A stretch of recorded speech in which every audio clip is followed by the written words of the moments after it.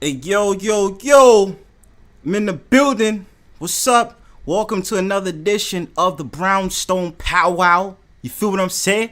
I'm back with a vengeance, son. Yo, it's about to be a lit ass fucking night. Big up yourself, big up yourself. First and foremost, y'all, please hit that like on the way in. Subscribe. It's gonna be a dope ass interview. I got my homeboy here. It's about to be lit. Of course, I always have my co-host, the wonderful, lovely Miss Mona, always here. You understand what I'm saying?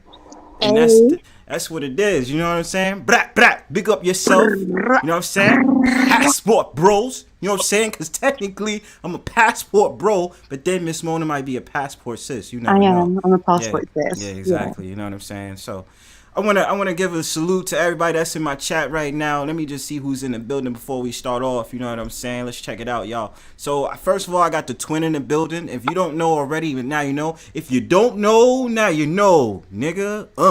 But I got my boy CIP Culture Invasion Podcast in the building. Big up yourself, twin. I see you. You know what I'm saying? Garden Scientist is new seeing you here. Welcome. Bronze Flat Power God. Peace to the fellow Bronze. You know what I'm saying? Pastor. Hating ass sugar bum. Shout outs to everybody that's listening right now. So check this out, y'all. I'm about to get busy. I want to introduce to you the OG, my favorite content creator, one of the passport bros, the passport elite. This is what he told me before we started the show. My homeboy, KingzNdreamz. What's good, brother? What is going on, man? What is going on, man? What an intro. My man said, my favorite content creator. All right, I got to step up to the plate tonight and live it up, Hello, Kings and Dreams. man. Yeah, So don't let me down, man. Don't right let me there. down. Right. Welcome, passport bro. How may I help you? What's going on, man? What's going on? Love everywhere. You know what I mean? East Coast across the pond. I'm feeling the love. I appreciate being here, and I'm just excited to have a great conversation, man. Yeah, for sure, man. Represent for the passport bros out here. And you know what I thought was really important? I thought it was important to have you up tonight because you know how much the passport bros is coming up in the media. You know what I'm saying? Mm-hmm. And so I was just like, I need a perspective because I know in the past I've been like, I critiqued the passport bros so much, but I think it's because it's been so saturated with just the ideals and all this other stuff, seeing Austin Holloman and then seeing a couple of others. And I meant to tell you this. I remember seeing they was telling brothers, get your passport. But it was this one YouTube video I seen. It's because he started relating to this stuff like how he's been disappointed by his mom and then how he hates black women. And I was just like, shit, bro, that's not really a good look if you saying you a passport, bro, my man. You know what I'm saying? So I wanted to bring you on here tonight, to have the interview with you, kick it with you, but also, give your testimony on what it's like being a passport bro. You know what I mean? Because I think at least we can come from a place where we're not generalizing passport bros in general, because there's a lot of benefits, especially as black men traveling around the world and seeing different places. So I definitely do think that. But hey, I'm gonna just get this started off. Mona, if you have any questions throughout the way, of course, ask them. I'm gonna just get Okay, into thank it, you. man. Yep. Yeah, thank you. But Thank you. Yeah. yeah, let's start off this, man. KingzNdreamz. So tell me how you started off with the whole. Before we even talk about passport bros, just you, like, Yeah. how did you get started off of YouTube, IG? Like, what's your whole thing? Like, just give us an introduction into like who you are. You know what I mean? Yeah, absolutely. So I go by the name Kings and Dreams on all platforms, even though you see YouTube and Instagram below. But Kings and Dreams on all platforms. So that's Facebook, Instagram, YouTube, now Twitter. They call it X now, whatever. But you know what I mean. Yeah. I'm on all of these platforms, and so I just finished my second year of being a YouTube content creator. Mm. And so, what made me want to start my channel? Um, One of my best friends, who I went to high school with, he goes by the name the Flyboy Way, and a lot of people in the travel space know or have heard of him. And so he's been traveling for a while, and a lot of the trips that he has documented and things of that sort. Like I've been there with him, and so what he would do is he would have like I guess you would call like a pregame before he went to a destination, and so he would talk to people who had either A traveled there or B people who were expats living in that particular country. So one country in particular, this happened to be Colombia, and so I was on the panel with a couple of other content creators and some expats there. And so after that live stream, he was like, "Hey man, why don't you start your own channel?" So from there, I said, "Okay, you know what? I'll really check this out, really see if I can do it." And then July of 2021 is when I officially had launched Kings and Dreams. Okay. And you know something, brother? I think we in the same like field because you know I started my page 2020, so you know around the same time. But yeah, I agree, man. So I always wanted to ask you this. Shout out to Jay Fleming, I see you. I always wanted to ask you this. So Jay Fleming in the building, that's my guy right there. salute, welcome, brother. So I always wanted to ask you this for sure, like you know, just to start off. KingzNdreamz, what made you want to come up with that name? Like I've always been, I'm a sucker for names because I know why. I call myself Bronzebird. You know, I know why. But so you know, what was the meaning behind KingzNdreamz? Like, why did you decide to come up with that name? Well, it's like it's not necessarily like a fancy elaborate story, right? But so how I came up with it is so on my personal page, it's actually King James. So my first name is actually James. And so what made me come up with dreams was, well, if we're traveling and we're exploring, we're really living our dreams. So I said, okay, well, let me just combine the two, KingzNdreamz. You know, instead of me calling myself King James, I just put KingzNdreamz. And that's how that came together. So I wish it was more of an elaborate story, but it was just something I was like, hey, you know what? This actually sounds pretty good. And I ran it by Flyboy. He was like, yeah, I like it. So that's what we rolled with. I do like that though, like, because in my head I was thinking low key like Hebrew Israelites for a second. It was like, we are kings, we are kings, and then with dreams, I was like, yeah, because no lie, it's also in my whole thing that I want to travel, and you know, it is a dream of mine. You know what I'm saying? So you know, I definitely agree with you, man. I definitely agree. But off though, this wasn't really a question that I have for you, but I wanted to know what you thought about that new J. Cole song with Bass. He had that Passport Bros. You seen that? Yes. Yeah, man. Well, one of the things that you mentioned, right, like in your opening monologue, if you will, where you had mentioned that the term Passport Bros, like, it's grown in the media and things of that sort. I mean, like, you see the, you see the J. Cole, the video. I think it was a few months last year. People know Tony Yayo from 50 Cent's group G Unit. He had like a passport like chain, right? And so I think there was a couple of other rappers. What's my man from the South? Man, he was out in like Dominican Republic, Cartagena, Colombia, but like you would just start to see like a lot of guys just really just like showing videos of them traveling, and whether they were on dates with different women, or purchasing properties and things of that sort. And so this thing just kind of really blew up, and I don't want to get too long-winded because I don't know what the next question is, but I'm free, brother. Whatever you want to express. Well, this thing had this thing really, I would say, blew up in the media after a certain tragic event had taken place in the manosphere, and that is the death of the late great Kevin Samuels. Okay. Well, I'm gonna get it because it's really crazy. I had told people technically I'm retired after like a year or so from the manosphere. I'm like, I'm not in the manosphere no more, but I always give respect to everybody that's in the manosphere. Shout outs to the manosphere, respect to everybody that's doing content out there.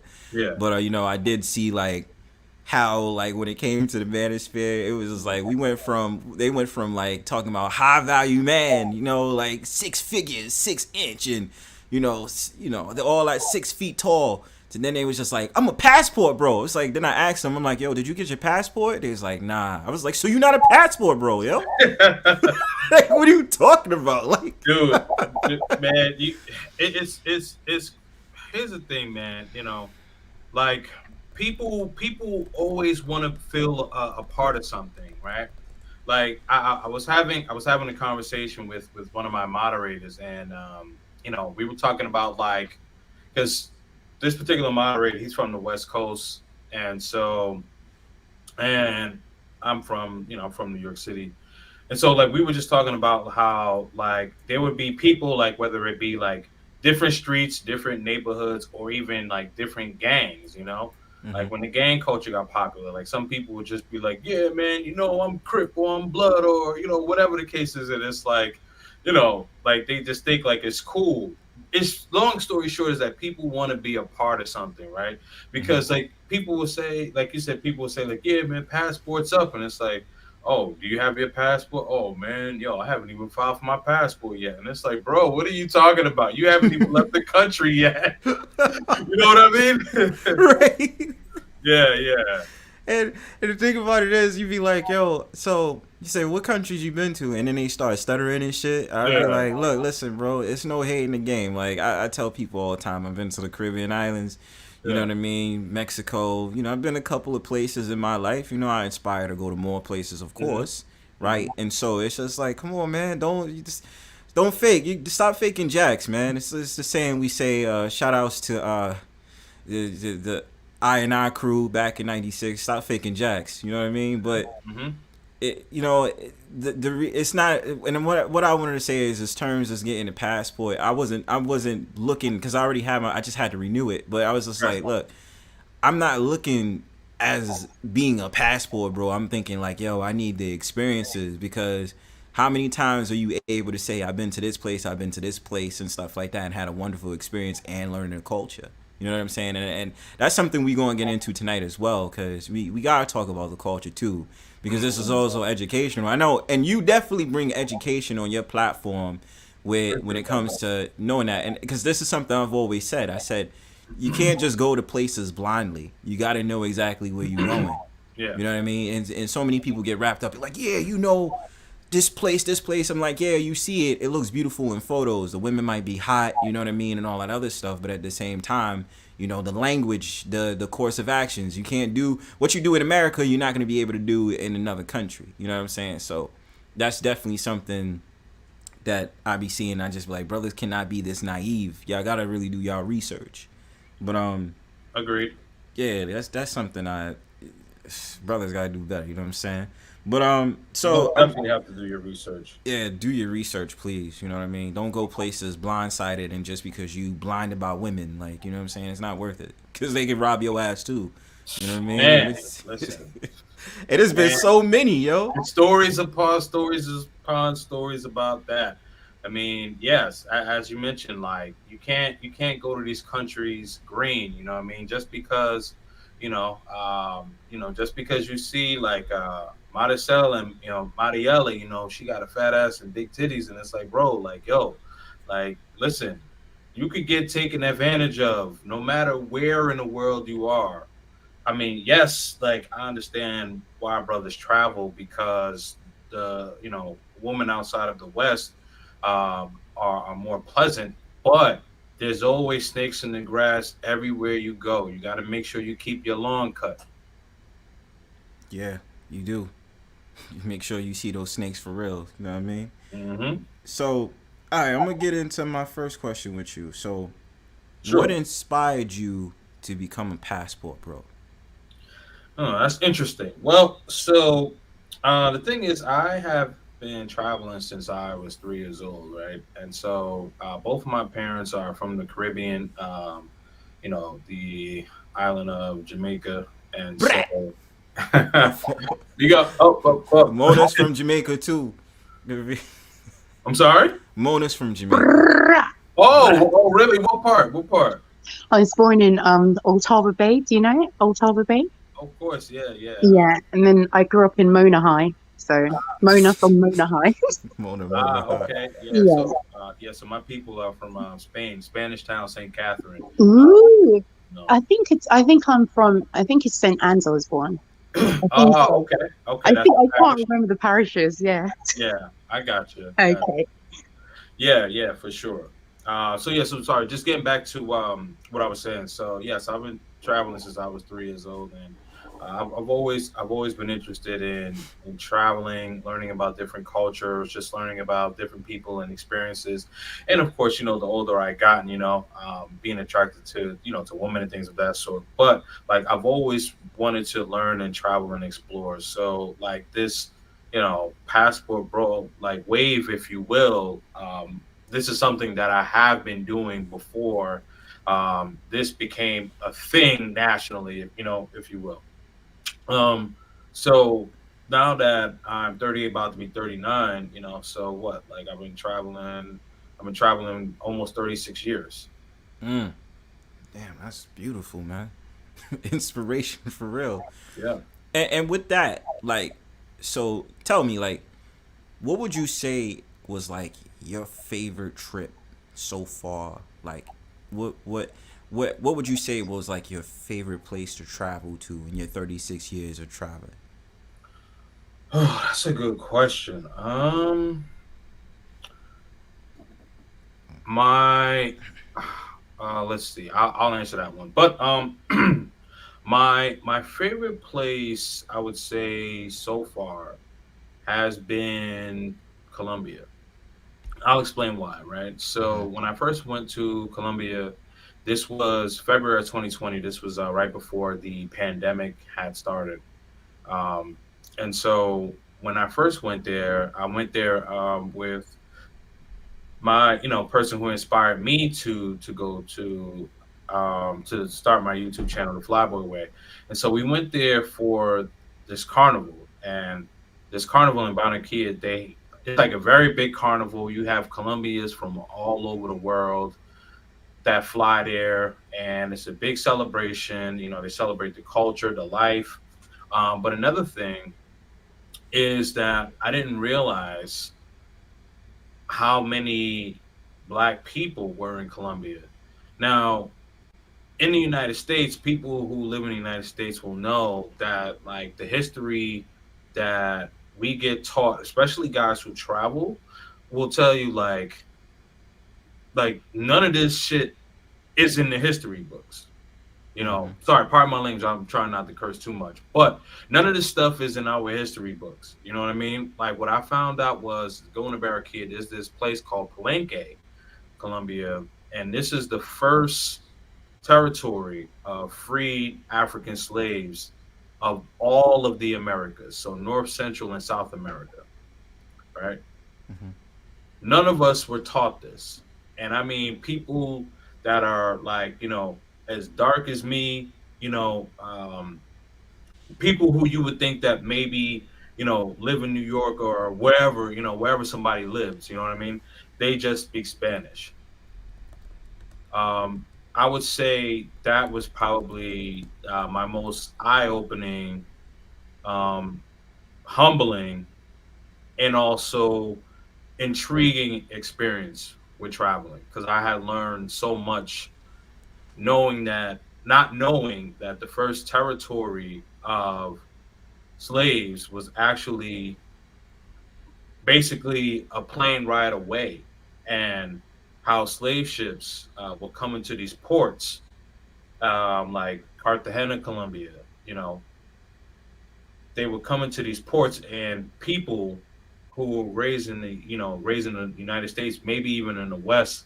I'm not sure how it is in the UK, Miss Mona, but in the United States, we don't get taught any of this. Yeah. So, to find out when, um, I'm over a quarter century old, you know what I mean? So I was, so 2000, so I'll be 39. So I was what, 35? Yeah. Yeah.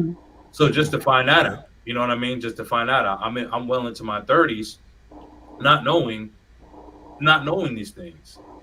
So I say all that to say, like, yeah, guys, travel for the ladies and whatever, explore, but like there's a lot of history that you can't get from a textbook But or things Kingston, that. I'm I'm sorry, sorry, go Kings ahead. and Dreams. No, I just wanted to know. So, everyone who dates outside of America, are they considered passport bros? Black men, that is. Because I noticed that white men don't get classified as that. But That's as true. soon as a black man dates outside of America, he's a passport bro. So, is everyone in that category because they date outside of American? Um, well, I mean, I guess society would say that because right now it's the popular, it's the popular thing. You know what I mean?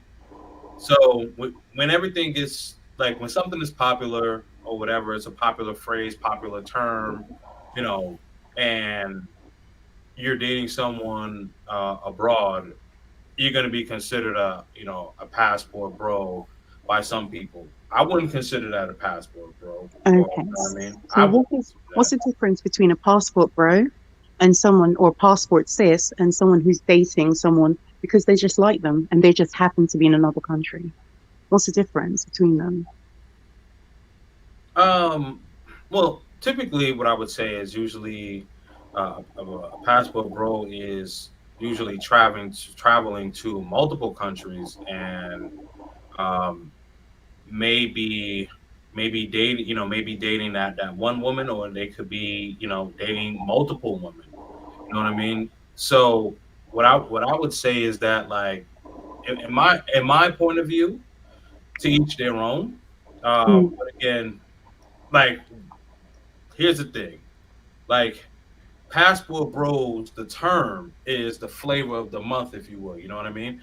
yeah, So like, oh, you're dating someone from Australia, you're dating someone from Cameroon, you're dating someone from Jamaica, you're dating someone from Brazil. Oh, you a passport bro, you a passport sis. Like, like that word gets thrown around so loosely because it's so popular. okay. Yeah, So that's true. you don't think there is a difference between someone who's a passport bro and someone who's dating outside of America because they want to, because they made a connection with someone outside. You don't. There's no difference. You don't think? No, I mean, I don't really think it's a big difference, but I mean, I guess because now, like, because more and more men are starting to find women outside of the United States. So the so the critics, will say, "Oh, you're a passport bro or passport sis," something like that. You know what I mean? It's just like okay, like it's just like a popular term that's supposed to be like derogatory towards women. Like if a woman says, "Oh, I want to be submissive to my man," and they say, "Oh, you a pick me," you know what I mean? Right. So like that's a popular term Right. derogatory for quote unquote derogatory for a woman, because I don't No. think that's derogatory at all. Like, No, not at all. It's like a woman choosing to be submissive to a male. I don't think that's derogatory because I usually date submissive men. What are they? Pick me men. I mean, it's like whoa, wait, what's going Pick on men. here? I Pick usually me date men. submissive men, like men who are in the terms of BDSM, men who are completely submissive to me and do what I want. It's a form of slavery in that way. But I never hear them get called pick me's. Oh, So They okay, get called that they would usually be called betas. As terms yeah, as betas. that. yeah, Oh right, Yeah, of betas. They course. wouldn't be called. It'd be weird if you say a pick man. A yeah, pick man. yeah. I don't Oh, think they do no, I that. was wondering what are they called. Okay, so I just find it really sad how a woman who knows what she wants or has a certain type is a pick me or something. Mm-hmm. Yeah, Or yeah. I've been classed as pick me. I get classed at when I go over to the I don't know what sector to call it, but when I go over to certain sectors, I get called pick me often because I don't hate on men. I don't hate on men. Yeah. Mm-hmm. Yeah, sisterhood BS, Yeah, bullshit like that, apparently I'm going against the sisterhood. Yeah, Yeah, Yeah, they come at you with pitchforks and all that. You know what I yeah, mean? that's You see sad. it all the time. But right. this is interesting. Like, why? But so all right. So I do find that interesting, Kings and Mm-hmm. Dreams. Mm-hmm. So I think because this is what fascinated me when you said what you said, especially when you went to Colombia. Mm-hmm. Now, with that being said, when you was out there and you had learned the history of that, like with the people that was in Colombia, especially finding out that there was more black people in Colombia, did you feel like there was like an instant connection with them? And especially because you learned the language when you was out in Colombia, was it easy to get along? Well, before that, but yes. Yeah. Okay.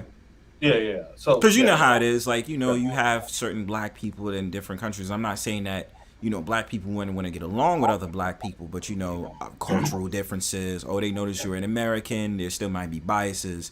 So, yeah. No, they embrace us. They they show us love. So the thing is, what I would say is like for for the people who don't travel, or some of the critics, like where they say like, oh, why do you have to go somewhere to find a woman? Like, you can't find a woman here. I mean, listen, find a woman wherever your heart desires.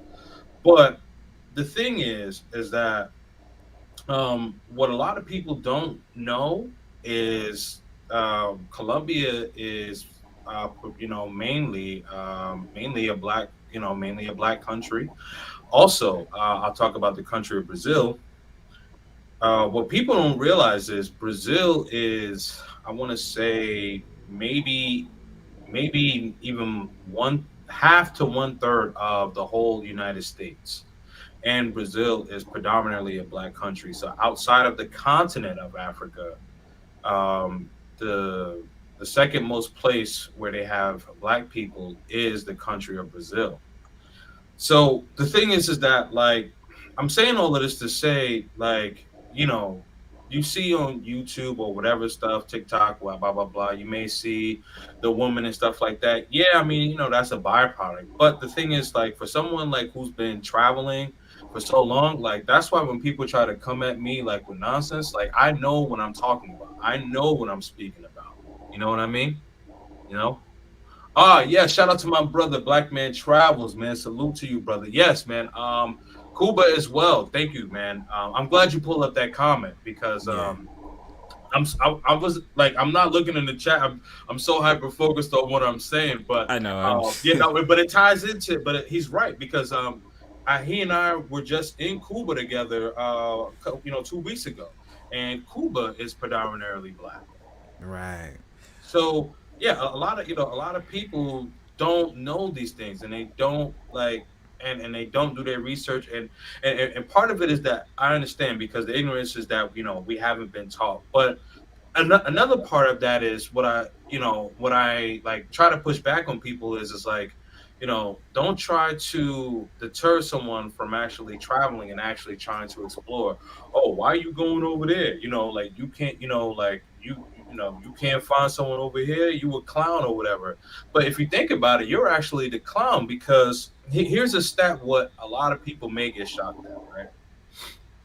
So, did you know that over 70% of people in the United States only move maybe about 250 miles from where they're born? I heard that. Yeah, so we're talking maybe 4, maybe 5 hours, right? And that's in one country. And there's almost 200 countries in the world. And yeah, let's say like there's some countries people may never go to, right? So let's just knock it down to, okay, maybe like 180 countries or something like that. But that's still, so who's the idiot? The person that's actually traveling and exploring the world, or someone who's only, moving, up to 4 hours from where they were born? Mm-hmm. And that's a big difference. Well, my only critique that I've always said about Passport Bros, I have no problem with. First of all, I'm always gonna love the fact that black men are taking their time to actually want to get their passports and actually travel out to different places. I love it.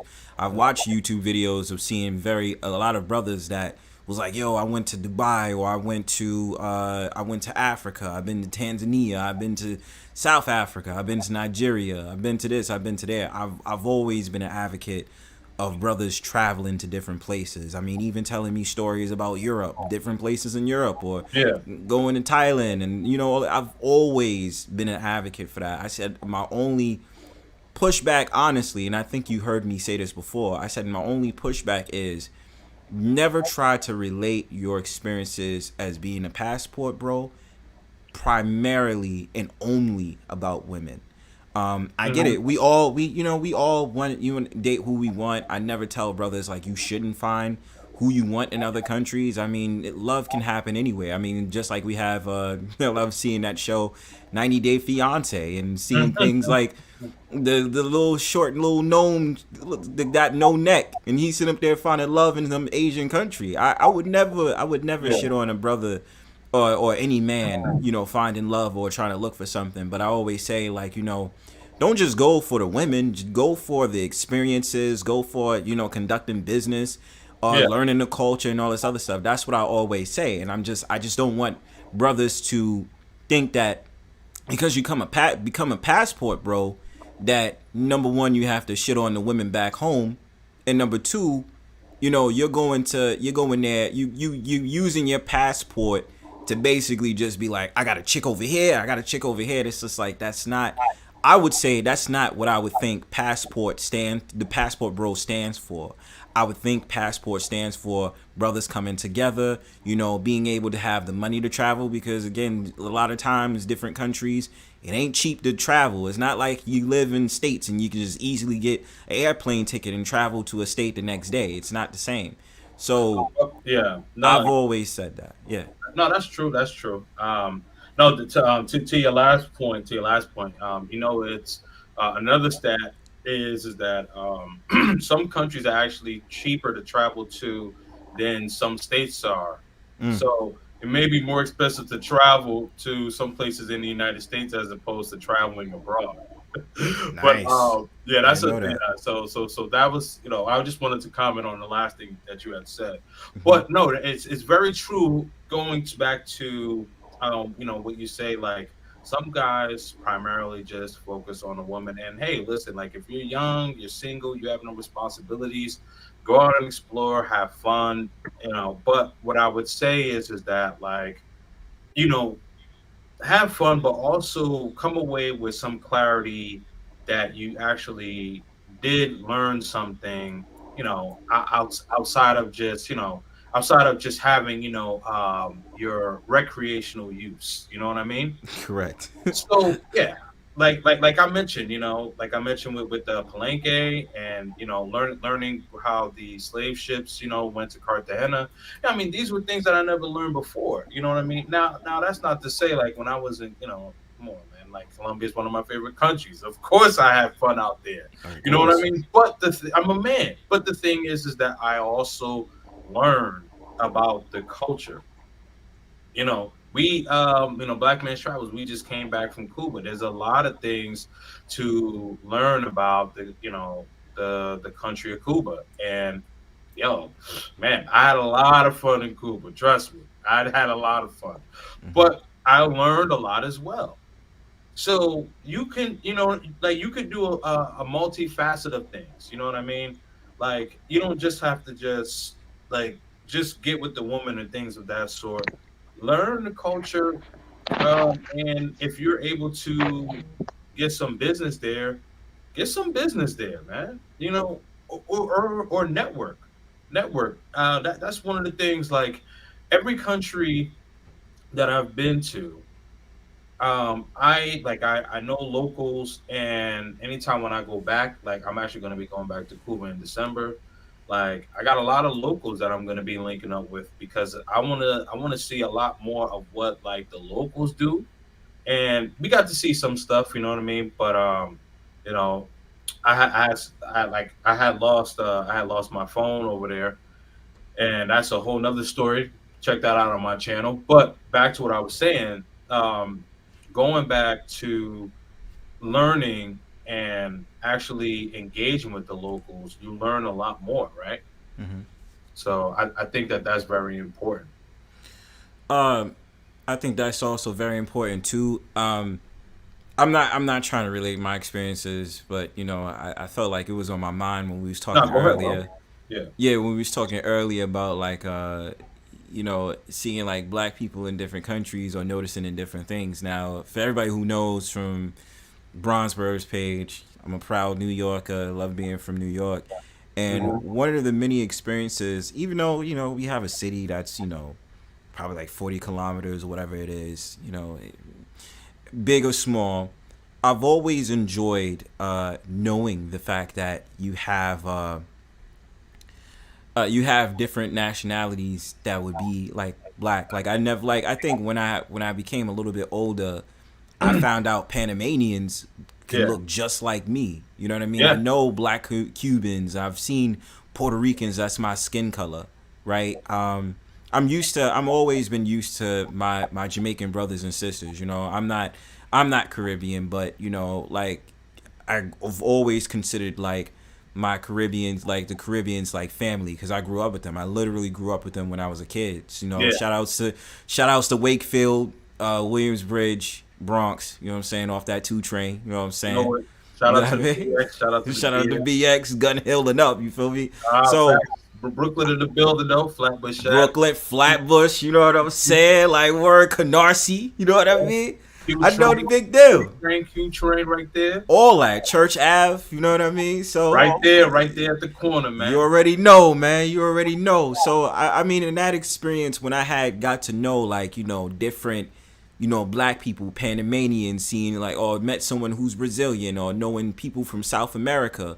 One of my homies is Nicaraguan, and I was just like, okay, yeah. I mean, well, he's light skinned or whatever and stuff like that. He actually truly looks like a Latino, but in that experience, I'm just bringing that to the eye because it really reminded me of what you were saying, that not a lot of people, if you don't live in a multicultural city, you don't get the pleasure of seeing different nationalities of people, like knowing that, I like, for instance, just off topic real quick, just like when like people come at me about certain things, they be like, well, y'all have Dominicans and Puerto Ricans that say the word nigga and they act just like you, and it's like, to us it's just like, well, yo, we used to that. Like Dominicans and Puerto Ricans is like our homies, so it's like we don't really have no type of like vitriol towards them. Now they can say some ignorant shit, of course, but but basically the point, like, just like when it comes to traveling, going to different places, it reminded me of being in New York, because different neighborhoods you go to, you can share that experience too. And you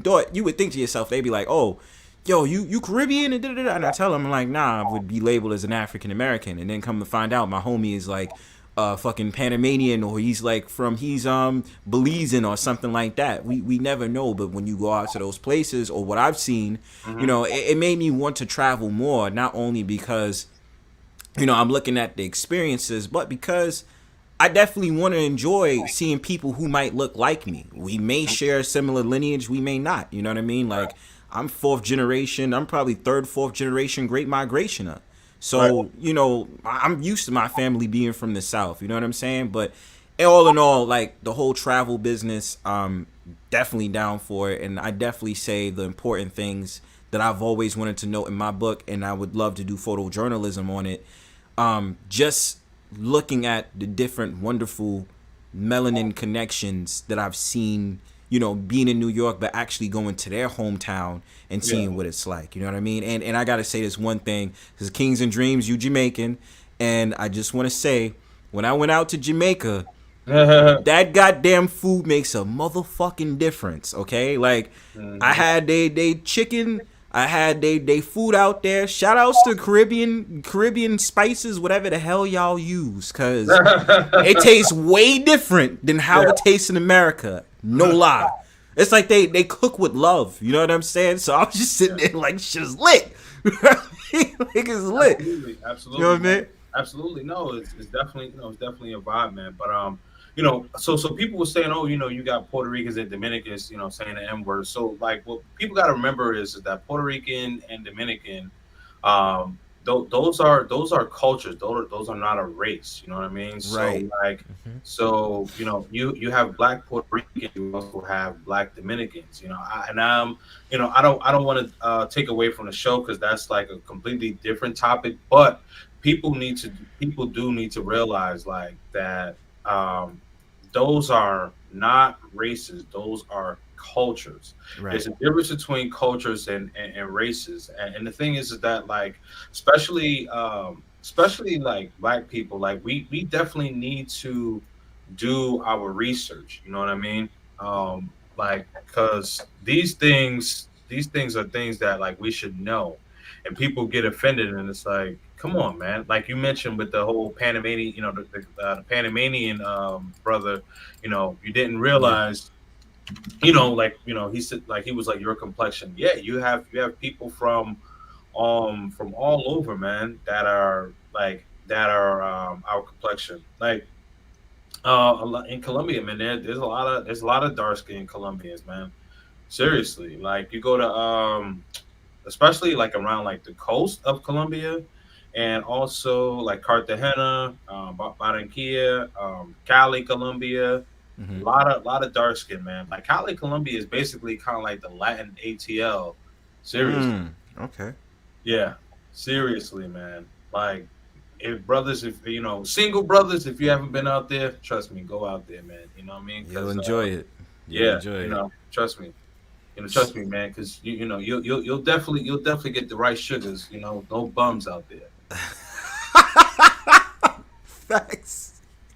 Okay, word, word. Yeah, So, all right. So, there's one question I know I have in the back of my head, but I'm gonna save it after this question, right? yeah, no doubt. So, one thing that I wanted to know, going to talking about being a passport bro, your endeavors of being a passport bro, because you said you started your page in 2021.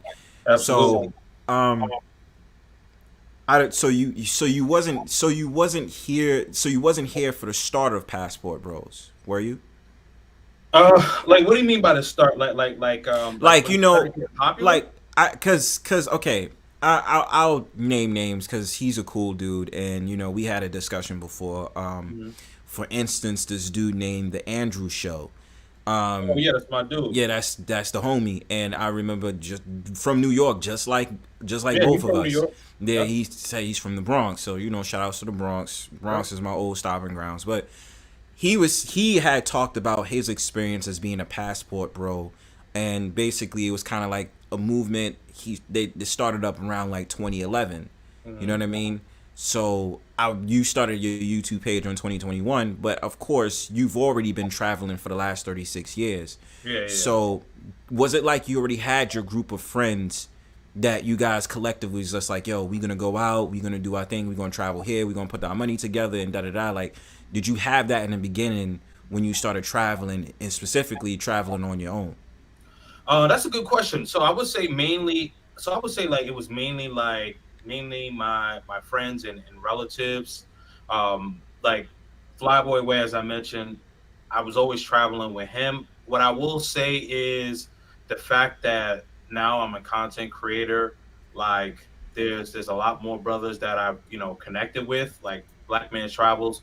Probably, I mean, I would have connected with him probably somewhere down the line, but had I had not been a content creator, I mean, there's a lot of brothers that I've connected with. I mean, shoot, even you, Mm-hmm. even CIP Culture Invasion.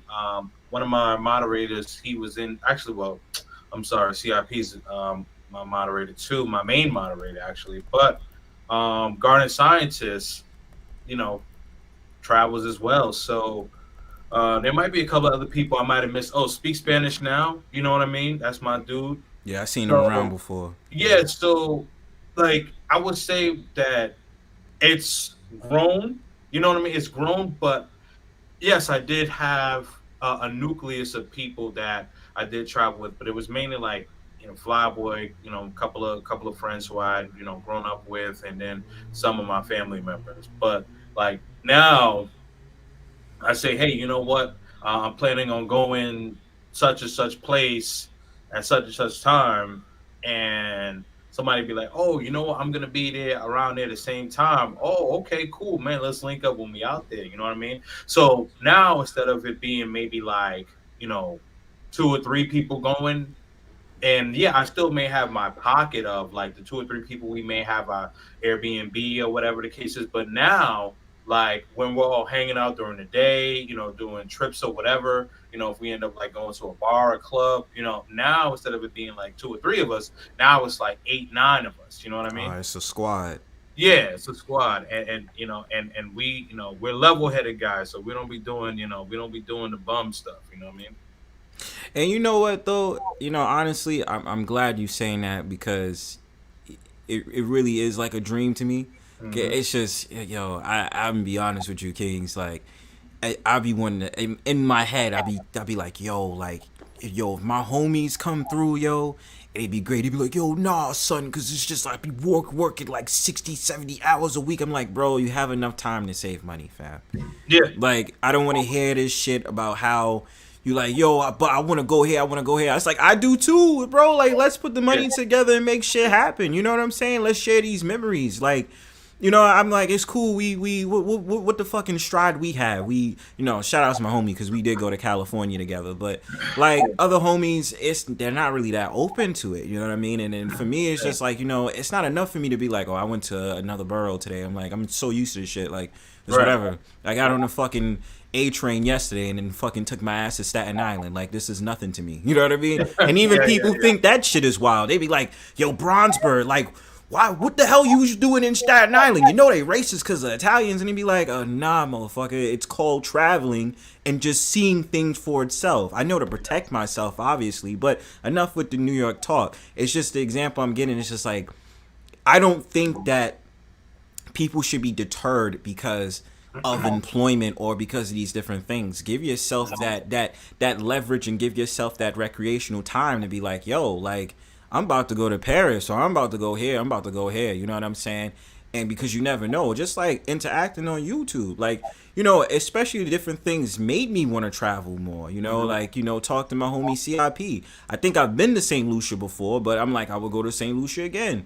Talking to Mona, of course, I'm gonna go out to the UK, and then all these other places that I had discussions about. I mean, even talking about Hawaii, unfortunately, because of even though it's a state, but even talking about that as terms as like RIP about the wildfire thing, but even still going Yeah, out yeah, there, rough, yeah. and it was really raw out there, but just that how beautiful things is out there, you know what I mean? And I've been to Mexico, like I said before, and what is that? I forgot the little liquors that they had. I forgot what it was, but I remember having one of those. Like, that shit hit the spot, man. Or when I went to the Caribbean islands, I forgot which island that I was, but I went out there and I remember getting rum cake. That rum cake has set your soul on fire. You know what I'm saying? Get that Hmm. rum cake while you out there, cause that shit be hitting the spot. You know what I Or mean? thanks. It do. Um, but yeah, like I think I just wanted to say that, but I think I wanna dive deeper into this conversation with you, So, as being someone who's a passport bro, you know, really going down into this and trying to get your perspective, like the perceptions of being a passport bro, or besides traveling, um, how do you feel about passport bros pretty much being related to red pill or the manosphere, or like what, how do you feel about that? Like, the perceptions has been like as it was. It's really funny,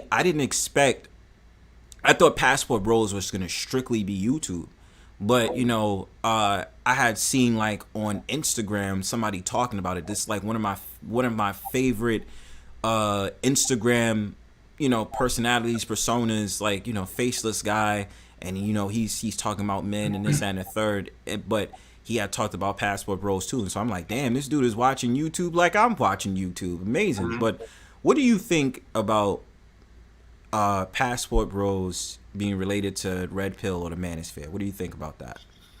Well, I think, and this is my opinion, right? So what I think my opinion is that anything that is related to men centric, men bettering themselves, whether it be mentally, physically, spiritually, financially, I think that it's all a part of the manosphere, right? And like I see channels that talk about financial literacy, right? Like most, like what's kind of I guess on the docket, what's been happening within like the past week or so. Fresh and Fit, they got their YouTube Snip. channel taken down. Oh, not taken down. Sorry, YouTube Well, channel. demonetized. Yeah, demonetized. Sorry about Hmm. that. Yeah, from the YouTube Partner Program.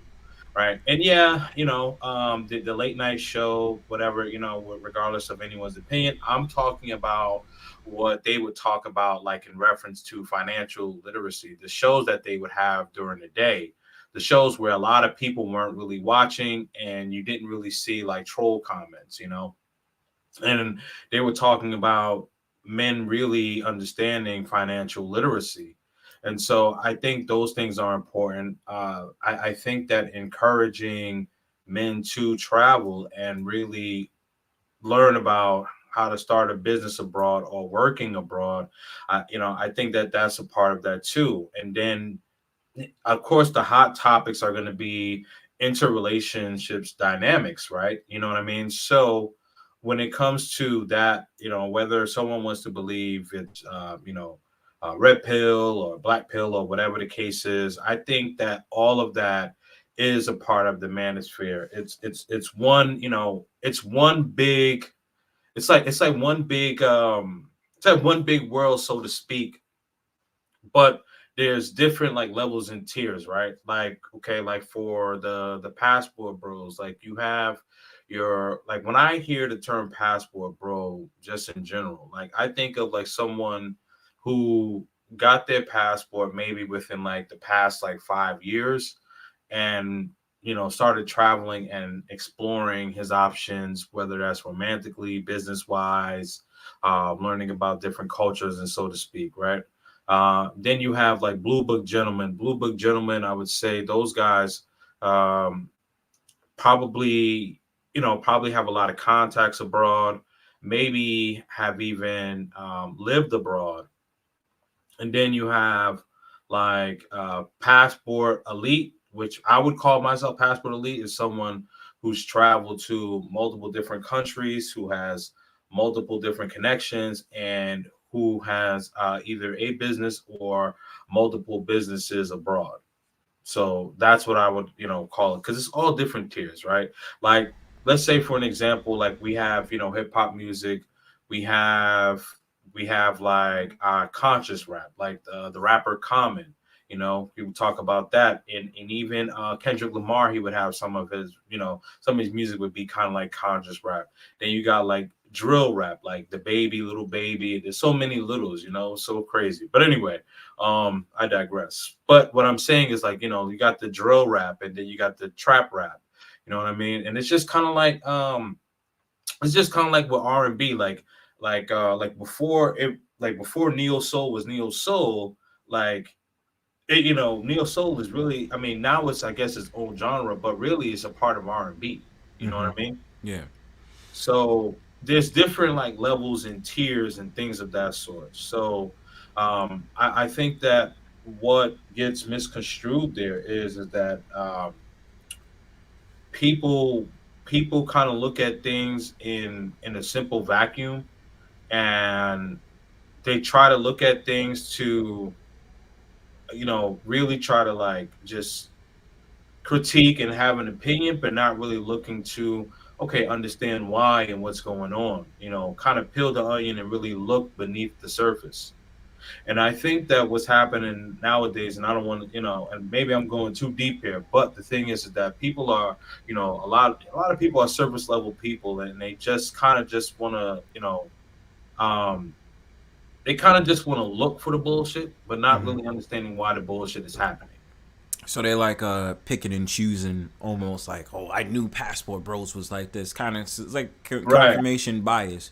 right, Like basically now, I since you said that, now I definitely know Passport Bros is like this, yeah, it's wild, and the one thing that I tried to always be was balanced. hmm Like I told people, like even my homie that watches my YouTube channel, he was like, "Yo, Bronzebird, yo, I see you out there. You gonna get your pass? You gonna be a passport bro?" And I had to tell my homie, I was like, "Yo, bro, I'm not a passport bro. Like, yeah, I want to travel, I want to go to these different places, but I'm not. I would never call myself a passport bro for that because of what you think. Like, oh, it's this, that, and the third. It's just like, hey, I want to travel, and yeah, I would definitely be inspired to make businesses and have businesses out there. Absolutely, especially in a time like this.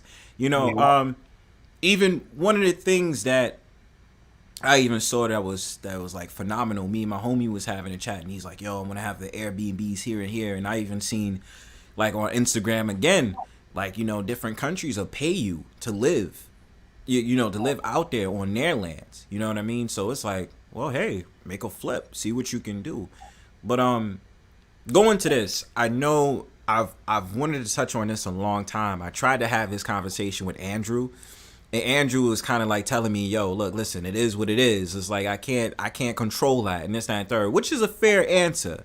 I would never say that. I'm just like, well, why would you answer it like that? Like I would understand, but one of the things that I want to know from you, being a passport bro, I know that you Passport see elite. passport elite. Excuse me. You want to top. You're like It's just like it's like executive branch when it comes to passport bros. When it comes to you, like executive branch. So I want to know. I don't know if you have dudes like this, and you probably don't. But the passport bro movement, what it stands for, who represents it. What do you think about the guys that affiliate themselves with passport bros, the ones that get generalized about being well, this is what passport, because it's all about tricking, or it's all about this, that, and the third. I wanted to know that from a passport bro, because the problem is that I would see is that you have dudes that say, "Oh, I'm a passport bro because I can't stand American women," or Western women are Finnish and blah blah blah and this, that, and the third.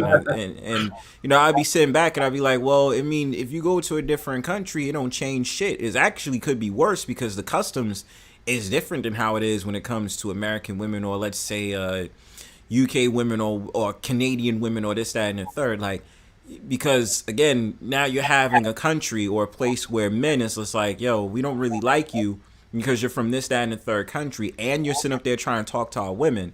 And it's like I told you, I don't know if I told you the story. I've said it on a panel before.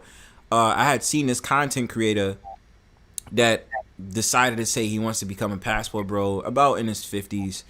And KingzNdreamz, when I told you that video was fucking wild, that video was fucking wild. And it wasn't like he was doing anything. Like, basically the story was he had basically PTSD from American black women through his mom, right?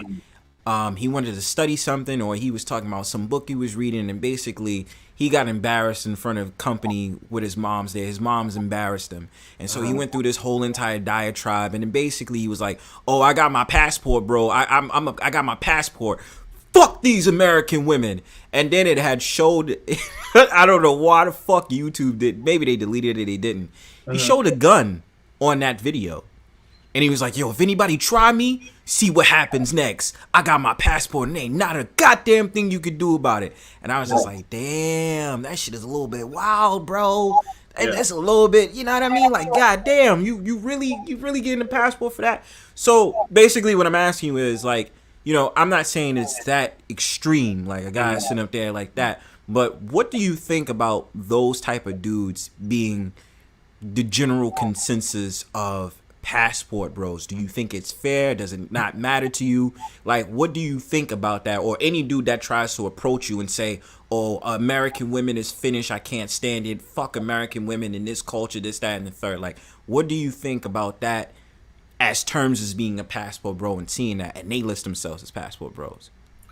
Right. Well, I think there's a couple of questions. So I have a couple of statements, to respond to. So what I would say is this. I would say that, like, for the gentleman who brandished a weapon, saying that he has a passport, and I don't know if he was trying to be funny, but even if he was trying to be funny, I think that, like, you have to be very cognizant of what you put online, especially when it comes to violence and things of that sort, because you never really know who's watching. Also, passport is okay. Having a passport and traveling is a form of therapy, but if you as a man have not gone through therapy and you have had some You've had some psychological abuse and things of that sort. You need to figure that out before you travel abroad, because here's the one thing that you will always bring with you abroad, no matter what, and that's yourself. So if you have problems in the states, whether it be with women, whether you're bad financially, whether you're a guy that's into hardcore drugs or whatever the case is, that's gonna follow you no matter where you go, right? And one of the things is, I would like one of someone I know, and she would move every 3 or 4 years or whatever the case is. So she's like, oh, these problems, I'm just gonna move to this place, that place, or whatever. Hey, okay, whatever. And so what happens is, for the first 5 or 6 months, everything is great. Next thing you know, by the 10th or 11th month, she's talking about how she has problems and things of that sort, right? By the time she's at her fourth state, um, you know, like I just said to her, I'm like, hey, listen, have you thought about going to therapy? Oh, I don't need no therapy, blah blah blah. But it's like, listen, you've moved to 4 different states in 4 different years. Don't you think like the problem may be you? Right. So what I'm saying is that like yes, I encourage brothers to take to get their passports and things of that sort. But if you do have problems, you need to make sure that you fix yourself before you start traveling and going abroad, because your problems will find you no matter where in the world you go. That's one thing. Mm-hmm. Um, the second thing is that with the as I mentioned, right, with the term passport bros, like pretty much anyone can say it. You know what I mean? Like, there could be someone in the chat now or someone that may watch this and say, hey man, I like what these guys are talking about. I'm a passport bro. And basically living vicariously through our conversation or maybe watching, our videos and things of that sort, but has no intention of leaving the United States, but will say passport bros. As I mentioned, passport bro, the term, the word, you know, is the flavor of the month, if so to speak. You know what I mean? So Right. people are Right. gonna say that.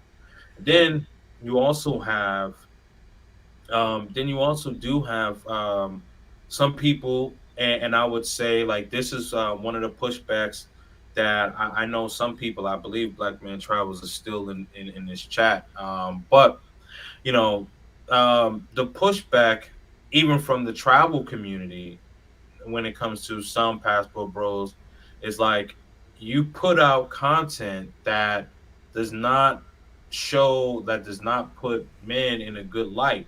Like if you're only showing red light videos at red light district areas, you know, like that's like, oh well, all of these guys are just going abroad, just basically just spending their money on on hookers, and that's that. You know what I mean? So like there's that factor, and I understand why people want to be disassociated from that, because like they're like, man, listen, that's not what I do.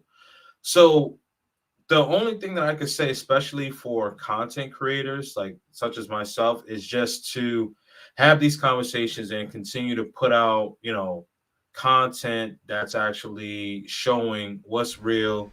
Yeah, gonna show some ladies, but also be tasteful about it, and then also show culture, because like here's the thing, like for me personally, like I've been throwing events since I was 14 years old, and I've managed one of the biggest nightclubs in New York City.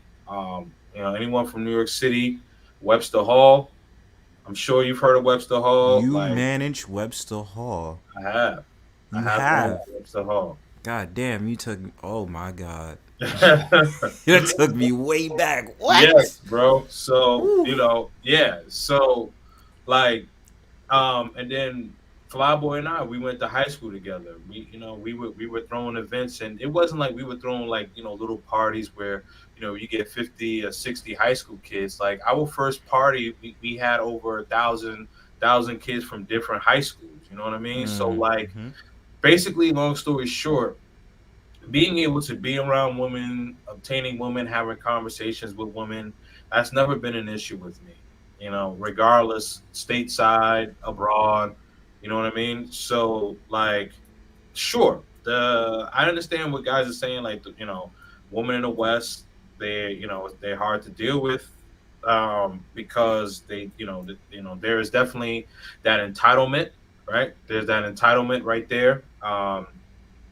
There's that lack of letting of wanting the man to lead. They think that like coming in with that masculine energy, and they think that the sugar is sweet, but they end up having a bum mentality.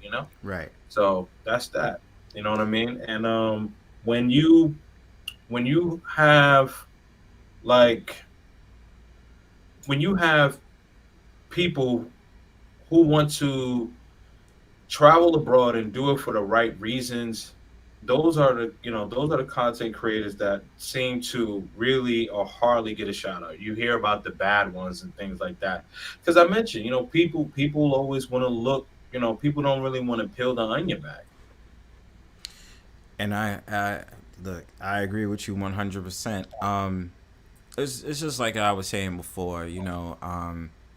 I think we both agree that when it comes to something like that, you shouldn't.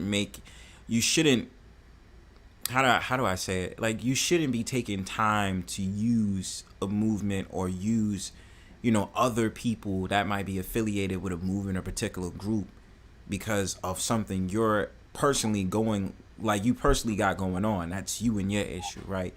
Um, and I've always said that about dudes that might want to call themselves passport bros. I said, hey, look, listen, I ain't got no problem with you, finding a solution to whatever it is that, is going on. You might see clear, but, make sure that, you're not becoming infatuated with it, pretty much, in my opinion.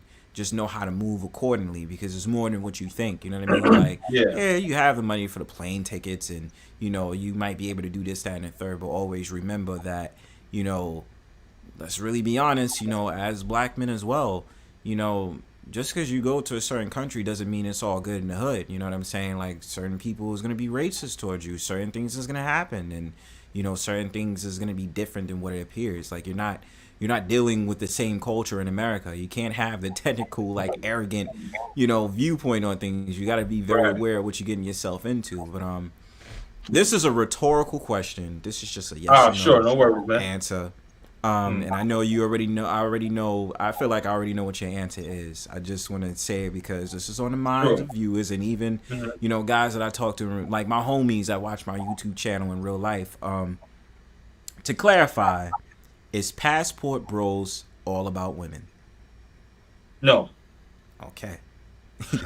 So for the guys, okay, here's the thing. For the guys who have been traveling abroad, especially for a while, I would say most of them.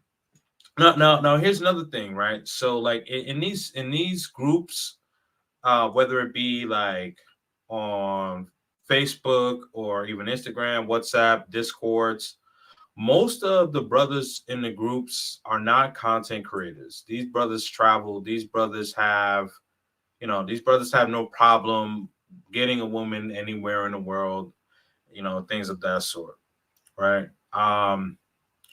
What people see, whether it be on TikTok, let's just say social media, what they see on social media is probably like maybe 5% of like the passport bros, and in that 5%, again, they're looking for the guys that are showing the red light districts and all this stuff. Hey, look at this guy, man. This guy can't get any girls. This guy is always in the red light districts. This guy is always talking to the hookers and blah blah blah, right? So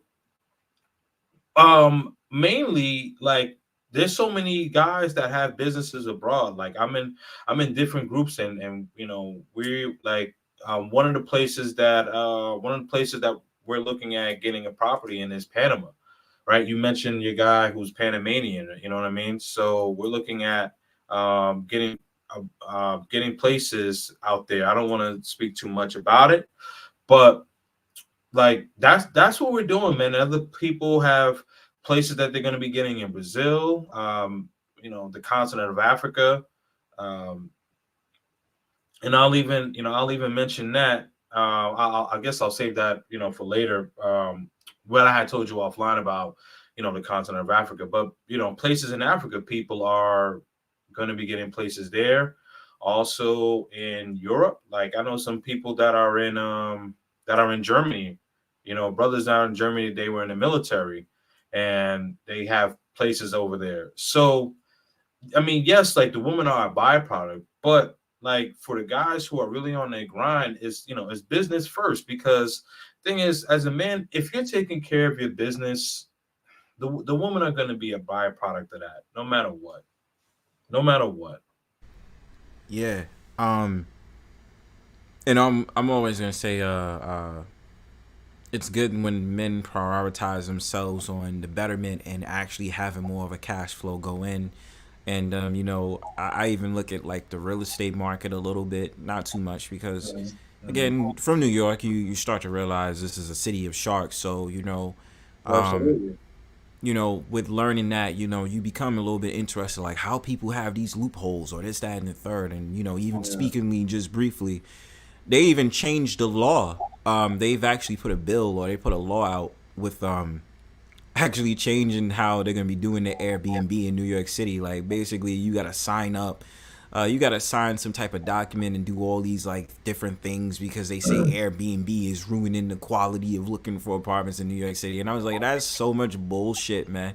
You can't blame the Airbnb franchise, and especially with short term leases or whatever and stuff like that. I said, yo, there was really many factions to that. It was the pandemic, and plus we was already battling the whole entire real estate in New York. Like y'all had empty apartments that y'all still was cashing in on, for a Absolutely. long time and still doing it now. You put in those investments, and we wonder why a bunch of these a bunch of these apartments is sitting vacant because Of y'all getting course. paid.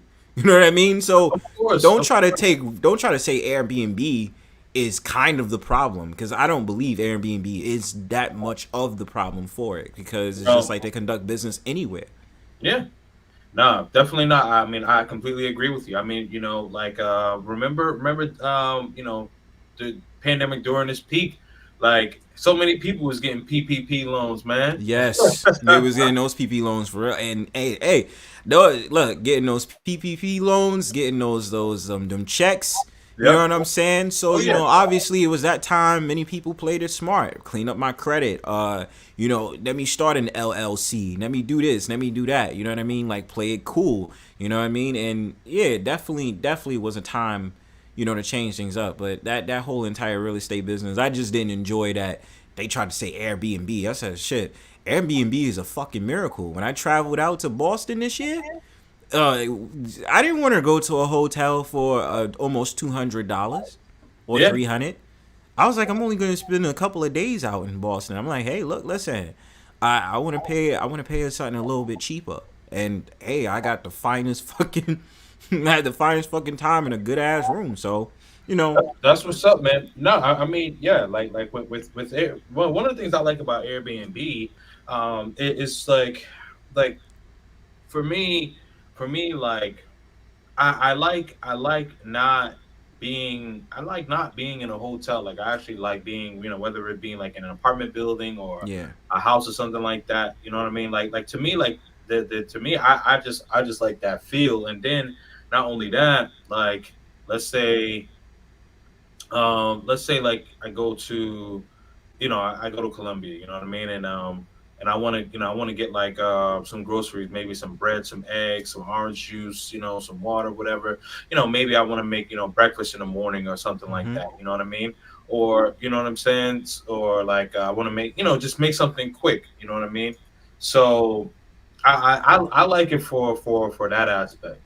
yeah. And also I like the privacy as well, because when you're in a hotel, like someone's directly across from you, someone's right next to you. You know what I mean? And then like you never know like who's listening and hearing your business, bro. And I just don't like it. Me personally, I just don't like it. And in my opinion, I like the Airbnb wave anyway, because My thing is, yes, and I agree with you. The privacy, you know what I'm saying? I don't have to. They just tell you like, yo, look, listen, this is your room. Do your thing.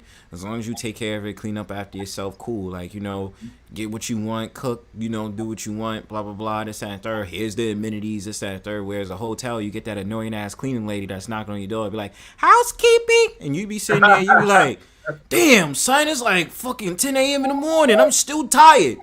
Right. You gotta rely on them to clean your room. I'm like, I don't want that. Like, and then I'm talking aesthetics too, because I was able to get the studio at an Airbnb, and I was like, yo, this studio, I like the whole brick and mortar. I don't even know if that's the term, but the whole like brick look.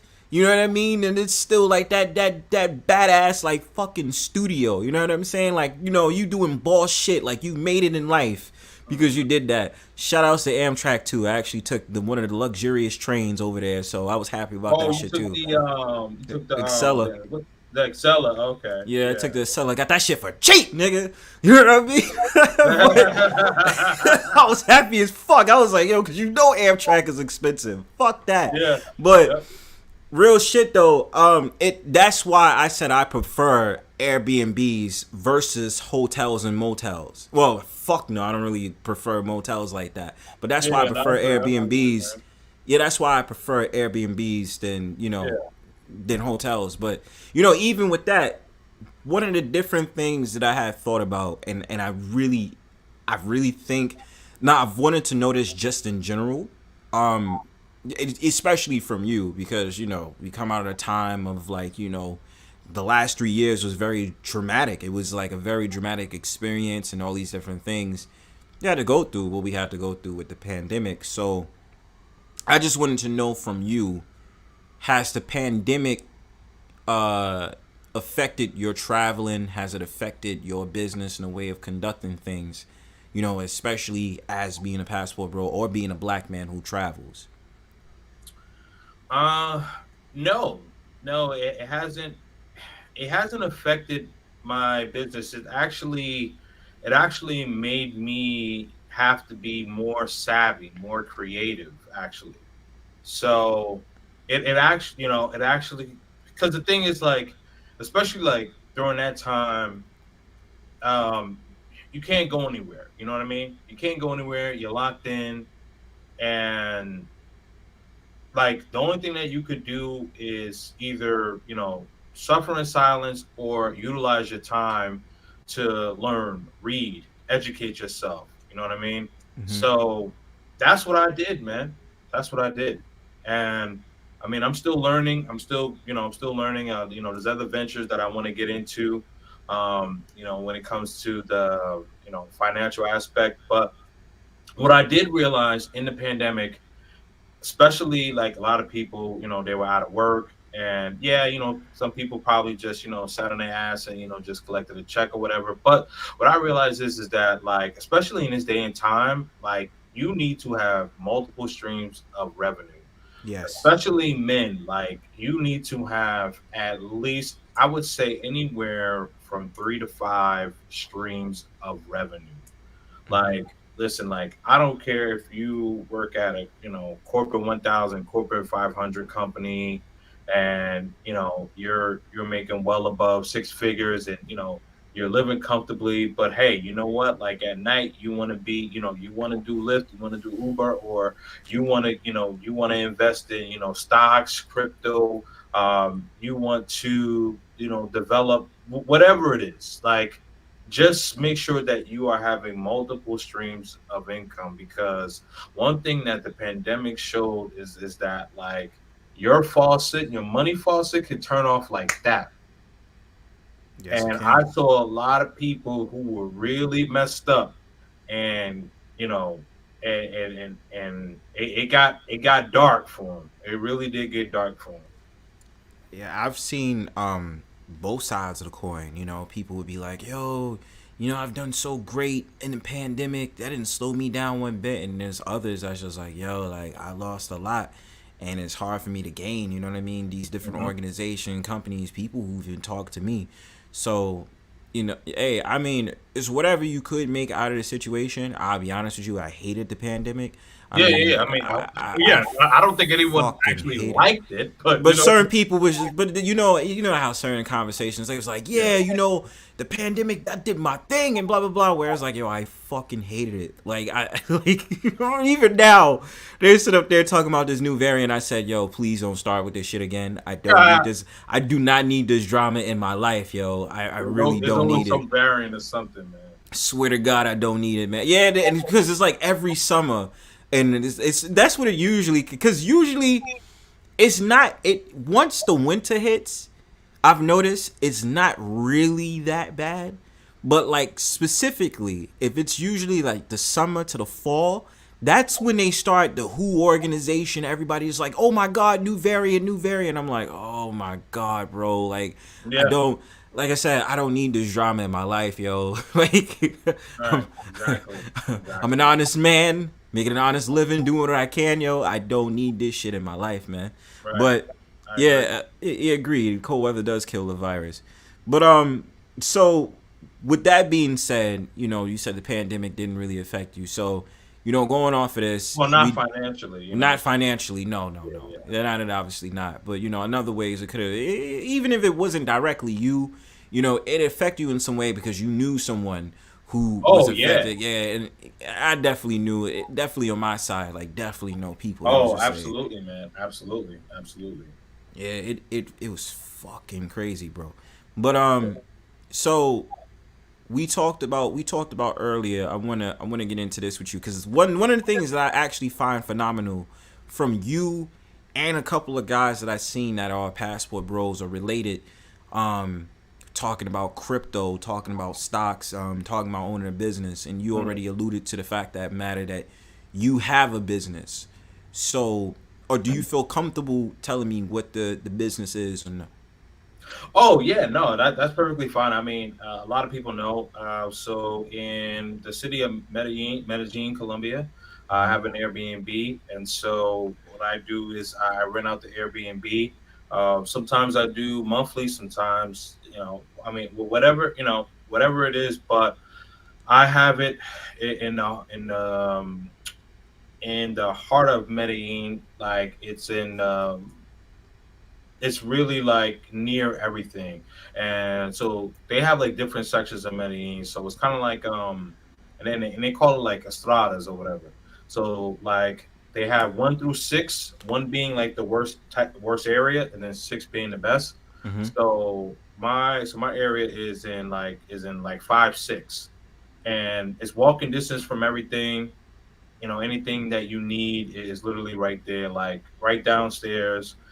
You could get coffee or tea. One of my guys, he's from Georgia, and he has like a fusion of soul food and like What? Caribbean food, Yeah, and that's right nice. across the street. Yeah, man. So like it's like businesses, like you can open businesses, man, and it's just very important to do that. So well, one of the next things that I'm going to tackle is just adding on to my Airbnb platform. That's something that I'm hyper focused on. And then also forex trading. So that's foreign exchange. So that's something else that I'm getting focused in on, and then also with stocks. That's something else that I'm actually getting focused on. So, as I mentioned, you want to have multiple streams of income because, as I mentioned, like you just never know what can happen. And for me, I'm a father. My son's 9 years old, and so by the time he becomes a legal adult, 18, I want him to have a fortune where he have a fortune, and then his children's children have a fortune. Like, here's Right. the thing, you know what I mean? Like, I know, like, we're talking about travel, and I don't want to get too far down the rabbit hole, but the thing is, as Black people, and I know some people are trolling in the chat and stuff, but on a serious note, what we do need to think about, especially men, we need to start thinking about generational wealth. Like, okay, yeah, like I do good, right now, and then once my son get older, whatever, yeah, I just hook him up with a job. Like, no, like let's start thinking about our children's, man, because I was listening on the radio, right? I was listening on sports radio. I was listening to a guy. Most of you guys may know this guy, Stephen A. Smith, Yes. and he was saying that the NFL football team, the Dallas Cowboys, is worth $9.1 billion, and that is one of the highest earning. That's the highest. I believe that's the highest sports franchise. They even are more expensive than the New York Yankees. The New York Yankees are actually worth $7 billion. The Dallas Cowboys are worth $9 billion. And I believe it was in 1993. Don't correct me. I can't remember the year, but Cowboys owner Jerry Jones, he bought the Cowboys for, I believe, 150 million at that particular time, and now they are worth 9.1 billion dollars. So I think you said Jerry Jones bought the Dallas Cowboys for 150 million dollars. Oh, he said 140. I'm not sure. Oh, well, I'm sorry. Did I say 140? I meant so 140, 150. Yeah, it said 140, and then it said like 1989. It says. Oh, 1989. Okay. Yeah. Okay. Thank you. Oh, okay. So you was actually correcting me like on the dates. Okay, got you. Okay. Sorry about that. No, I was just trying to see because it just popped into my mind. I was like, yo, this is interesting. But yeah, go ahead. Yeah. Okay. So all right. So he bought it for anywhere between 140 to 150, late 80s, early 90s, and now in the year 2023, they are worth $9.1 billion. God damn. You know what I mean? Yeah. So like these are things that we got to start thinking about. And like brothers in the tribal community, these are things that we actually have conversations about. And yeah, there's some dudes, yeah, man, I'm going to see the beauties and all that other stuff. But these are things that I'm focused on, because the thing about it is listen, man, like, pussy is everywhere, man. Like, but if you're a man of, means and all that, like, you're going to get that. There's more women on the earth than men. So what does that mean? Like that means like, yo, like, you miss a girl today, you find a girl tomorrow, man. These are like, focus on your financial future and focus on your children's future. That's what really should be the main focus. And those are the tribal brothers who I like to surround myself around. That's correct, and as you should. I'm definitely gonna chop it up with you because I'm always curious about Forex, and I've been seeing the whole trading thing online. I just don't. One thing I don't like being told. I don't like the get rich schemes. Like, I don't want to know you putting me on to something, and then it's just like, yeah, because you could earn 2,000 or 3,000. And I was like, that doesn't move me, because I know you could be selling me a product that's not true. I want to know, right. You know what I mean? I want to know that if you're gonna be telling me this, I want to actually learn it. I don't give a damn how long it takes me. Do I want to know that I'm making some income off of it or making tremendous? Of course, because obviously we all trying to get money. You know what I'm saying? This day and age, basically the difference with this day and age is you don't need a 9 to 5 to earn income. You don't. Like, you need skill. You need to know how you're gonna help other people. Like those different things. I studied tech last year, and I seen the potential it could give me. You know what I mean? But that's a lot of people. The way of living has changed for how we maneuver in a society. Even the Airbnb business, I would do that. And but I would definitely speak to you about the Forex or stuff like that, or another time. Whenever it comes to mind, I'll make sure to email you. But so or just hit me up on Instagram, man. Oh yeah, for sure. I'll definitely hit you up on Instagram. I just don't be on there as much, but yeah, I'll hit you up for sure. But so With that being said, I want to know this from you because I also definitely wanted to get into the business aspect, Mm-hmm. in terms of learning that as well. So, with being someone, especially a black man who travels, Yeah. owning a business as Airbnb, from experience, do you feel like it was easy to start off? Was it hard to start off? Was it a low investment, a high investment? Like, how was it for you when you started off, your businesses as a passport bro? Like, what was the investment like? Was it easy?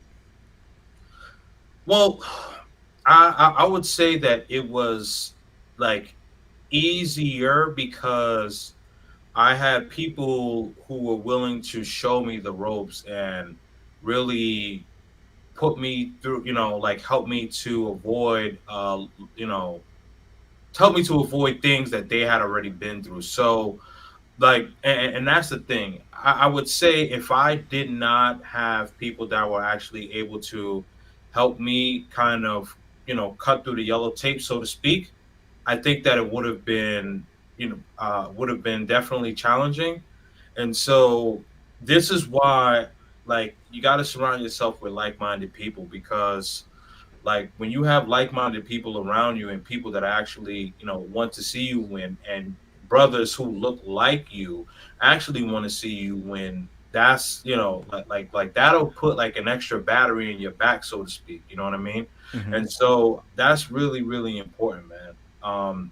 So like the hiccups that I was potentially thinking that I was going to run into, I didn't. But again, it's because I had people who kind of already had been through those hiccups that they were able to let me know, like, hey, these are the potential watch outs, and this is what I did. These are the experiences that I had. This is what I did. You know what I mean? Each one teach one. you Right. know and I think us as a black community, especially men, we tend to always, strive to get to the top, but we just at the top by ourselves and not wanting to pull each other up. And that's an issue that I have with our community. You know what I mean? Yeah. Like, Mm-hmm. and I'll segue into what we had spoken about offline, like, with the businesses. So I'm not sure, but um, for anyone that is black, man or woman in here, not sure if y'all know, but there's 5 countries in the continent of Africa where if you decided to actually go there now, you would not need a visa. So you could actually live there and actually start a business there. Those 5 countries: Zimbabwe, Mm-hmm. Nigeria, Ghana,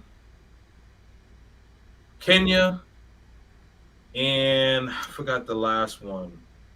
I know we talked about this too. So Nigeria, Kenya, Ghana,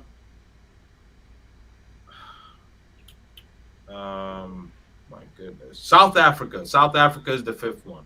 So we got Oh, South okay. Africa, Nigeria, Ghana, Kenya, and I'm mistaking myself. I'm not. I mean, I think I've said all the 5, but the point about it is that you don't need a visa to actually relocate there. And the point is that, like, I don't know if you guys or ladies who are watching know that. So there's opportunities there for us, but are we actually taking these opportunities, or are we just so quick to not want to support one another because we're just so hyper focused on trying to get to the top that we just want to trample or run each other over? Mm-hmm. And I definitely agree with that, even from the standpoint, really quick, off the passport roles. I'm always gonna be one who uplifts my brothers. And especially, not only uplifting, because mainly, I make it for the brothers and, for men, because I want us to see us win. You know what I'm saying?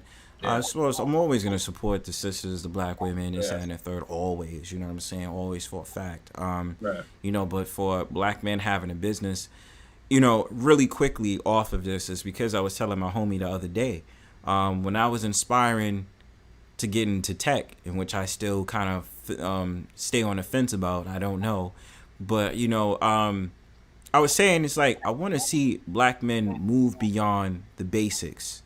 What I mean by that is, and I'm not knocking black men that do this, but I do find it that black men usually are on a survival mode. So I'm used to black men telling me like, yo, this is how I'm gonna get the money, this is how I'm gonna get the paper. But often they're really depressed or they're sad off of the type of careers they decide to embark on. For instance, and again, I'm not judging anyone or whatever you do to make a living. I have nothing but respect for you. I'm always gonna respect you. One of the things that I usually see that is a common job that brothers will get, security, or they'll do security, or do like services like biking services or stuff like that. Yep. Or do like Amazon or UPS or something like that. And again, I'm not knocking that. Yo, the benefits might be awesome. The pay is awesome. I'm never knocking brothers for doing that. But I told this to someone and I said, look, us as black men, we can be those people in the tech offices. It's like only 2% of the black population in tech. Right. 2%. Yep, that's it. That's it. You don't need that. Like literally, you're seeing these tech firms that's usually like Asian or white. You know what I'm saying? And I said, I want to see people, even talking to and I'm sorry to out, one of my parents, you know what I'm saying? Love y'all to death. Don't kill me.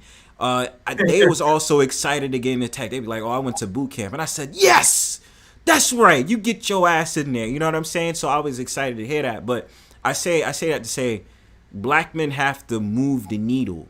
And I believe we can, because the fact of the matter is we are capable of so much more. I mean, shit, if a black man can create a damn remote or create the things to have the internet working or create a street light, people like Garrett Morgan, I believe his name is, that created things. Mm-hmm. We are able to move the needle and be successful and be great. So that's why I said I'm like, we have to move beyond, and especially with even at the base of this conversation saying, hey, yo, pick up your passport. Let's go over here, bro. Let's go to Greece. Let's go to any old country in Europe, or let's go to South America. You know what I mean? Let's go to Argentina. Let's go to Brazil. This, that, and the third. That starts the mindset of plugging in the lights of a black man's mind. Yo, we can actually have fun, do what we want to do, and own a business. You know what I'm saying? We need to be in the big leagues. I believe we should. So I definitely wanted to put that out there as one of the greatest conversations I had. Even, like I said, even when they came at me, they was like, Bronzebird, like, what the fuck you mean you went to Boston? Ain't they racist? And I said, when I That's went to... funny. Yeah, you know what I mean? When I fucking went to Boston, the crazy thing about it was, I mean, inherently, I thought, yeah, it's going to be fucking racist. And yes, this is still in the United States, but I ain't never been to Boston, right? So I went out there, and I was just like, fuck, I'm in a fucking neighborhood with mad, like, Italians and shit. And then when I looked down the street, I looked at the firefighter house, I saw one black man, I was like, all right, I'm good. You know how you need that validation? You know what I mean? Right, yeah. Yeah, trust me, I know, like, like if you've ever gone into like a store or something like that, in a predominantly like non-melanated, area, whatever, and then like you see like the one melanated guy, and you get that head nod, like, all right. Yeah, I got that. And I automatically was happy as shit. I went to the pizza shop. And I heard, I think the guy was he was like Eastern African. I said, I don't even give a fuck. This is a black dude, so I'm happy as shit. But the point is, I would have never gotten that experience if I held back and I let everybody tell me this, that, and the third. I said, Boston isn't as racist as I thought it was going to be. I thought they would have called me a nigga, this, that, and the third. Like, it's not as racist as you thought, just like when people try to relate to me, like here in New York, oh, you shouldn't be going to Bensonhurst and this, that, and the third. It's like, I went to Bensonhurst with an Italian friend, and Bensonhurst is now mad Asian people. Like, what the fuck you mean? You know what I mean? Yeah. Yeah, I just say we start off with that, and the basis for this conversation as well is to get more black men to think the possibilities you can have that's outside your door. As soon as you have that passport in your hand, or as soon as you even think about, hey, let me get an LLC to start this business off of something I can collect and have passive income. And it's just like you said earlier, 4 to 5 streams of income is recommended. I would go hard and say you need 10 or 11. You know what I'm saying? To do the best that you can. And the wonderful information we have today on Instagram, YouTube, I always refer to Instagram, but Snapchat, whatever it is, the wonderful information. So I'm always gonna put that out for us as brothers. But yeah, just to tie it down, there's a couple more questions, and then absolutely, brother. we could end it off. But one of the things I wanted to know, so when traveling to these countries, I want to know for myself as well, what is it like with living in these countries? Because I'm kind of naive to it, because I just want to know for my own self. So when it comes to the visa process, right? Certain countries that you decide to stay in or live in and stuff like that. Like, I know there's a time of like how long you can be somewhere before they're just like, yo, you need a visa to be here, or you need this, that, and the third. Like, certain countries is like that. So can you kind of run me like your experience when it came to Colombia? Like, did you need a visa to be there? Like, how was it? Yeah, so for Colombia, the visa tends to last. The visa tends to last 90 days. Now, I have heard that there's ways that you can actually make that last 100, 180 days. So basically 6 months. Mm-hmm. And so like that's how it is. So you could beat it like when you first fly there, and your visa lasts for up to 90 days. Now, again, I've heard up to 180 days, but that's how long you can be there. Now, you can apply for your residency, but you have to, for to be a resident there. But I believe that does take some time, and you also have to be like not necessarily 100% fluent, but I believe like there's like different levels. There's like different levels of that, and I don't want to necessarily like get into that because that's more of what I get into like in a consultation. But I'll say that there's levels to it, like as far as like becoming a resident. But when it comes to the visa for Colombia, the standard is 90 days, and I Okay. think Mexico is 90 days as well. There are some countries that's like 30 days or something like that. Like it all really depends on like where you go. Okay.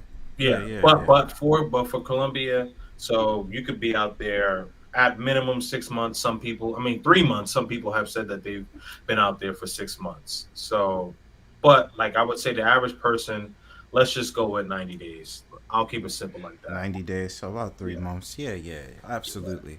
Yeah, Yeah, I think Mexico may be 90 days. Sorry, not to cut you off, but I think yeah, Mexico yeah. may be 90 days because I have a couple of my boys that live in Mexico, and then so what they'll do is they'll like on the last day, what they'll do is they'll fly to the States and then fly right back, and then the Okay. clock starts again. Yep. That's kind of nice though. You're like, yeah, I just came out here like last week. Start again. That's kind of cool shit. Yeah, Um, yeah, yeah, yeah. I like that. One of my boys, like on day 89, like so this person, lives in Florida, Hmm. so like he'll fly to Florida, go see his people, for like a day or so, and then fly right back to Mexico. I think that might Yeah, be my life, yo. I'm not gonna lie, I would love that shit. Day 88, 89. I'm like, yo, look, let's it's almost 3 months. Let me come back, and then I'm gonna come back again. You know what I mean? So yeah, yeah, I'm gonna fly right back. Um, yeah. so okay, so to basic the last few questions I have is Sure, go going ahead. back into your experience as someone who's traveling. Just to Mhm. get a perspective, did you have any dramatic experiences in specific countries that you could remember?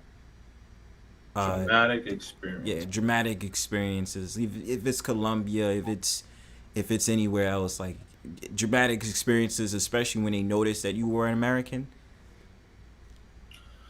No, like no. What I would say is that like you get embraced. You get embraced. The one thing what I would say is that like for the most part, people are happy to see you. You know, people are happy to see you. People want to know about want to know about like, oh, how was it in the United States if they've never been? And then also, what people get happy about is when you show an interest in learning their culture, right? Because like people see these shows, 90 Day Fiance, Date Abroad or whatever the case is, and some of the critics will say, oh, yeah, like this chick is only, with you because she won a green card. Like what people don't realize is that, it's so funny. What people don't realize is that like a lot of these countries, especially like Colombia, is well developed, right? So the city of Medellin, for an example, they have their own subway, and their subway is like the New York City subway, like how it's built. But the thing is that like it's way cleaner. I mean, super clean. It's super clean, and they give you a card. It's essentially looks like a Metro card, where you slide, you slide it or whatever the case is. So you have that, and the infrastructure, the infrastructure is top notch. The malls, they look better than some of the malls in the States. So like some of the critics will say, oh man, you guys are going to these third world countries or whatever. And it's like, yo, like motherfucker, stop watching Narcos. Like you see no, seriously, like you see the shit that happened with Pablo Escobar. That shit was like in the 80s and 90s. Like, yo, like no, like this place is really well developed, 5G Wi-Fi. You know what I mean? Like, like you gotta get off your ass and actually travel, because people will think like, oh man, these are third world countries. Also, another thing, Colombia is a second world country, by the way. Brazil is a second world country on its way to be a first world country. As I mentioned, Brazil is 1/2 to 1/3 the size of the United States. Someone look up a map of Brazil who hasn't traveled. Maybe one of your trolls in here could actually look it up. But the thing is, when you actually see these things, it's like, okay, like these places are developed, and as I mentioned, these people are proud, and these people like actually want to be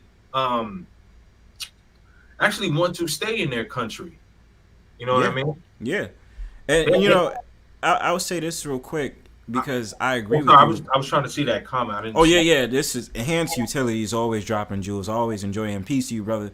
He says he's right. United States has lost ground on some key metrics in terms of quality of life. Even second and third world nations are catching up with us. Absolutely. Boom. Shout out to Enhanced Utility. Yep. Shout out to Enhanced. And that's why I think trolls are not. I've always thought, and I've always said, you have to be very humble when you say things. It's wrong when we have this type of state of mind where, because Americans, we think we're so better than everybody else. I'm like, no, there's so much shit we're so back behind on. These other countries is actually doing better than us. So you want to sit up there and kind of get out a passport, bro, and say all these different things. I'm kind of like, well, the passport, bro, is moving actually better than you, because they actually know what countries is doing well and is actually moving into, even better economically. Yep. You know what I'm saying? Yeah. While we out here like so concerned Ukraine and all this shit. So,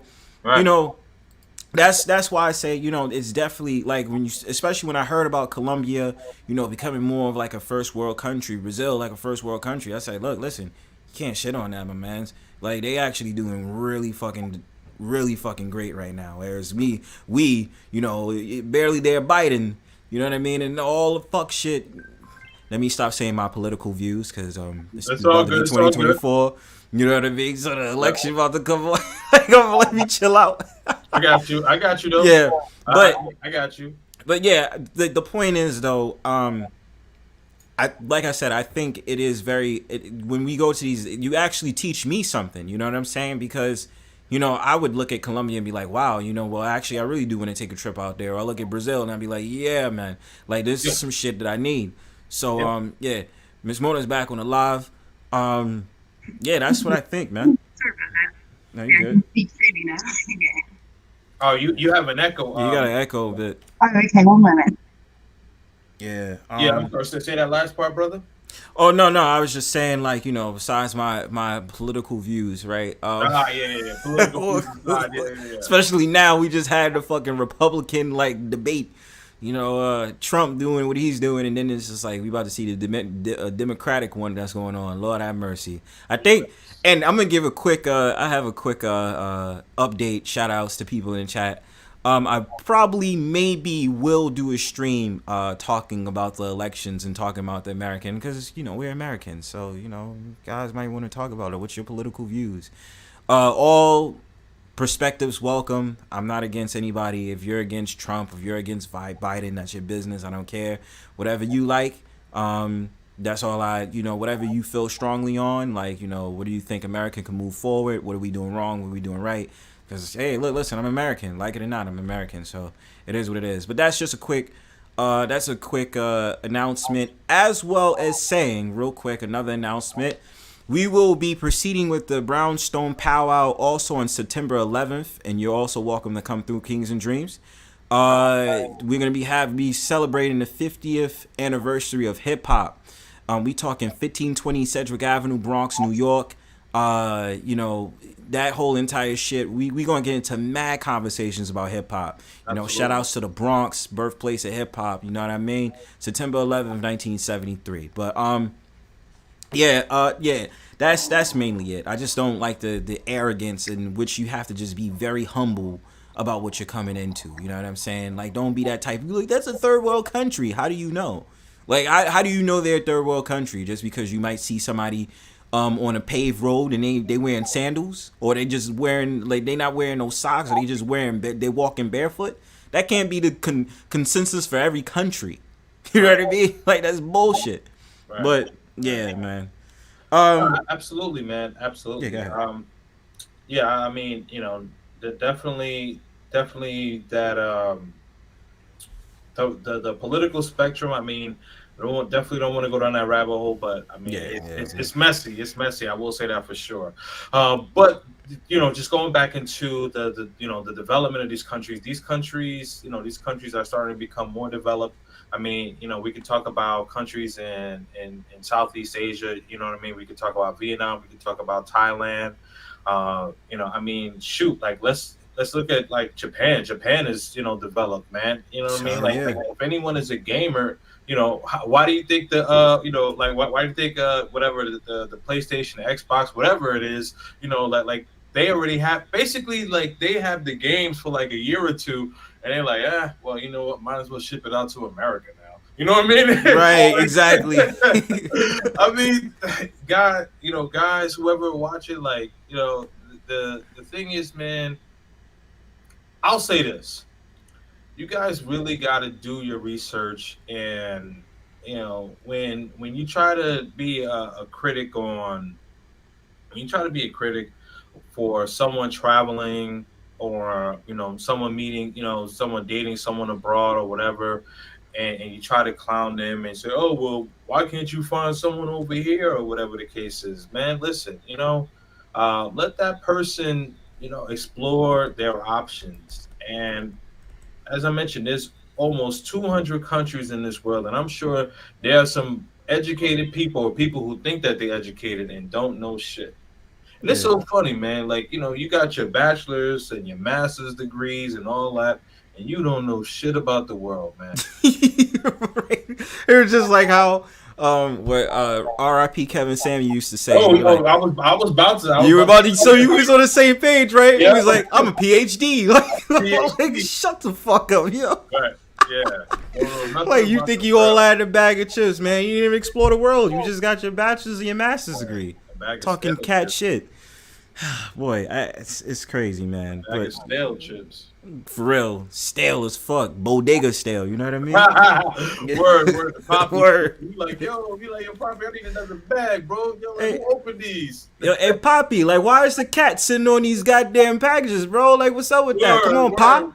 Word. Come on, Pop. Word, the cat always sleep. It's like, yo, what y'all be feeding them, man? That be feeding that melatonin, B. I was like, how does dude? Yo, it's crazy. Be like, yo, how you got this cat in the back? Where you making the food? I just ordered a bacon, egg, and cheese. You being really disrespectful right now, bro. Like, I just got my Arizona and shit. Fuck out of here, yo. We not doing that. But yeah, man. So I just got like 2-3 more questions for you, man, and then go ahead, man. We rocking and rolling, brother. Rocking and rolling. Love the interview. Make sure y'all getting those lights up. Still echoing, please. No, you're good. No, you're actually good. Okay, thank you. Great, okay, great. so I had a question. What is it? I don't know if you answered this question because I was trolling in the chat, so I wasn't listening too well. But I just wanted to know, what have you noticed the difference between an American female and the rest of the world? Like, what's the difference? Well, what I would say is, not necessarily just American women, but I would say Westernized women. So we're talking, we're talking across the pond too. So, North America, across the pond, and also Western Europe and the continent and country of New Zealand and Australia. So, like, what I would say is that that the majority of the women, they seem to have an entitlement, right? And so, like, perfect example. I'm in one group. I'm in one group on Facebook, and I don't want to put this guy out there, but Bronze, I think you may know him, but I'll tell you offline. But so he has this one group on Facebook, and so he just happened to ask, like, in the chat, and he added everyone, like, you hit that symbol so everyone's able to see it. And then he said, a woman, would you compete for a man? And, like, a lot of the women were, just like, I'm not going to compete for a man, this, that, and the other. And the women that said that they would compete for a man, they were either from, like, the Caribbean, they were either from some, like, from Africa, or just not like westernized. And I didn't look through every single woman, but most of the women that I looked through, like, they were either, like, you could just tell, like, there's a difference of, like, how these women said, yeah, of course, like, I don't mind competing, you know what I mean? And that's just the mentality. Like, westernized women, I don't want to say all, but westernized women have this thought process, like, they don't need to compete. And you do need to compete, because here's the thing, right? Like, you talk about, I got a degree. Well, you had to compete to get your degree. You had to compete to get your PhD. You got to compete to get a raise, right? Because you want to perform well at work so you can earn more money. But then when it becomes for a man, it's like you don't want to compete, and not saying, like, oh, like, you gotta fight, you gotta fight a woman or whatever the case is, but competing, making sure that, hey, like, you're looking your best, or actually being appealing to the man that you want, because, like, man, you'd be so surprised at how many women will say, oh, God's gonna send me a good man, and it just manifests. And it's like, man, all you do is go to work and go home. So how are you gonna find a man if you going to work and just going home? You're not trying to go out to do you even know where the man that you want hangs out? Okay, but I've got a question. So I don't compete with women because I believe I'm better than most women. So they're not my competition, and they're not on my level. Is that wrong for me to think like that? Well, what I would say is that, like, if you are doing, and anticipating your man. Okay, so if you're anticipating your man's needs and you're catering to him, then no, then you're good. Like, if a man, prefers, and I'm not saying you specifically, but just in general. Yeah, in general. Like if a man, is into fitness and he wants his woman to be in shape, whatever, and, like, let's say like you have a baby and like you're like 50 or 60 pounds overweight, and he's not fucking you anymore. Like you're not competing anymore. You know what I mean? So it's like, yeah, you gotta, you know what I mean? You gotta do what you gotta do, and also I would say definitely anticipating your man's needs. Like for an example, like if you guys are talking, getting to know each other, whatever, and like he happens to just mention like what like his favorite meal is, and like one day, you come over and or he comes over, whatever, and you pop up with his favorite meal, or Mhm. pop up to his job, or whatever the case is. You know what I mean? And Mm. you So, know, so females that are not competitive, are they less desirable? competitive with you. Well, you said that you specifically are not competitive with other women. That's correct. Yeah. Right. So what I'm saying is that like it's not necessarily about competing with other women. Well, you're actually are indirectly competing with other women. Yes, exactly. That's what I see it as. Yeah. Yeah. So, but what the thing is that you know what I mean. Like if you're focused on your man's needs and wants, then you're good to go. So if you're taking care of everything in that department, then there's no need. But if you're not taking care of things in that department, then winter's coming.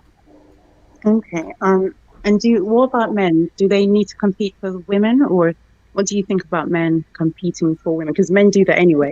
Yeah, well, I mean, men are naturally competitive by nature anyway. Right. I mean, so like that's kind of inherent in men anyway, because like throughout life, we're always told to to compete and things of that sort. So that's something that's like innate with men, right? Like Is for it an pick me? Is it pick me energy you get when, Pick or is me. it what energy do you get when a man's competitive or competing? Some say it's simp behavior. like well okay, like what do you mean by competing? You now you kind of, because you have to give me some sort of Okay. context, like dig deeper if you don't mind. Okay, so some men, for example, say a woman's on a live, this is just an example, and they're Hmm. in the chat going back and forth saying, oh, like, look at me, trying to get this female's attention by what they're writing, saying, sending her super chats, doing things, Oh yeah, competing yeah, against other men in order to look like the big peacock, and shaking his tail feather. yeah, So they're competing against each other to get this female's attention by super chatting her, doing the most likes, doing some grand gestures. I'm just giving that's an example of something that we can both relate to. right, right, So, are those men pygmishas, but menishas, or what, what are they? so Are they so are they yeah. competing, or are they menishas, What pygmishas that are men? man issues, that's funny. Well, this is what I'm going to say. So those men, so that is what you would call simpish behavior, because well the thing is that like when a man shows a woman too much attention, then like she knows that she doesn't really have to put in that effort. See what I'm saying? Like, if a guy's showing a woman too much attention, then she knows that she doesn't necessarily have to compete, because she already knows that she has the guy. Right. Because if you notice what ends up happening is that usually when a guy is showing a woman too much attention, he either A, gets friend zoned, or B, he typically gets cheated on. Wow. Okay. I like men paying me a lot of attention personally. It means, Okay. But yeah. what I'm saying is like overt attention, because like Okay. you're doing the super chat. Oh, it's like, oh my god, you're so beautiful. Here's $100 Right. super Yeah. chat. Oh, here's from Big Jerry. I see you, boo. Like, come on, dog. You know what I mean? Like you do it too much. You know what I'm saying? Yeah. My personal favorite is when they say, my personal favorite, me and Mona always talk about this. My personal favorite is when they say, oh my God, she's so beautiful, and they ain't never seen her behind an avatar. That's my Yeah, personal man. favorite. So well, yeah. Well, Yeah. one of my favorites is like one of my favorites is like well, my favorite thing to be annoyed at is when a guy will say like a woman is so beautiful, and it's like, yo, you can't even see her face. She got her ass hanging out. It's like Right. you don't even know what she look like, dog. Like, You what know you what I doing, mean? man? Yeah. Or like or like a woman with like, let's say like, she got like her like titties like squished together, and so she like, yeah, I'm a baddie, and like the dude's like, yo, I want to take you out on a date, yo, when can I pick you up? It's like, come on, It's like, dog. relax, bro. Like, Yeah, because guys, listen, and I know we kind of segueing into a different conversation, but Right. that's cool. but the thing is, guys, if you realize like that, if you weren't giving women all this attention, there wouldn't be so many Instagram models, there wouldn't be so many OnlyFans and things like that. Because the reason why these things exist and why some of these women will think like, okay, like, she's average, maybe a 5 or a 6, but now she thinks she's on the upper echelon, 8, 9, and 10, because there's so many of y'all that's in her DM. Like, yo, like she got her DMs muted. She knows she getting messages from you, because like, guys, I'll tell you like this. So, um, last year was a barbecue at one of my boys' house, and so this woman, this woman came through, whatever, very, very attractive, very, very attractive. I Hmm. can't even, one through 10. She was like 8.5, 9. And so this guy was like, this guy, was talking to her, or whatever, and he's like, hey man, let me get your number. She's like, I don't give my number out, but I give you my Instagram. I'm just like, yo, like, don't take it, don't take it, don't take it. He took it. I'm like, I'm like, now you just another follower. You know Yep. what I'm saying? Because like, bro, all you're gonna be doing is like, all you doing is sending messages into an empty slot. Because like, yo, you're basically one of the dudes that's been DM her. You're gonna send her messages. You're basically in purgatory. Don't put yourself in purgatory. Like guys, if you ask a woman for like either like her WhatsApp or her phone number, whatever, and she says no, I only have Instagram or Facebook or TikTok or whatever the case is, you're put in purgatory. She's not feeling you. Move on. As I mentioned, there's more women than men. So men, if the bus misses you, you'll get another one. And I Yeah, it will could be a say, different route. oh, sorry about that, Bronzebird. Now I say, as a female, I'll say that me personally, I only give men my number when I like them. When I don't like them, I say I don't have my phone. I've lost my phone, but you can have my Instagram if I really can't.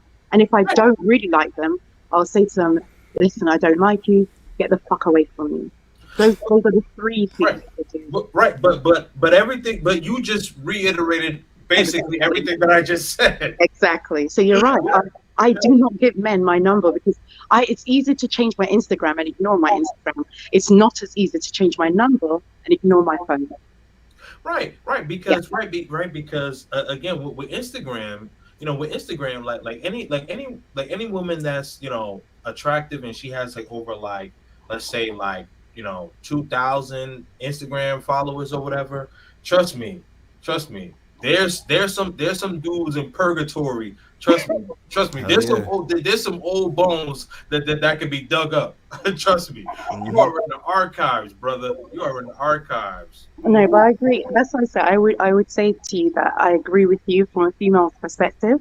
Yeah. I do use Instagram, or I don't. Yeah, I use Instagram as a form of control. I send them there when I don't want to be rude, but I don't want to get attacked, or maybe Of course. something like some men. They give the vibe that if you don't give them something, they'll hold you down. So, Right. so it's a bit like that's the in Yeah, no, between thing.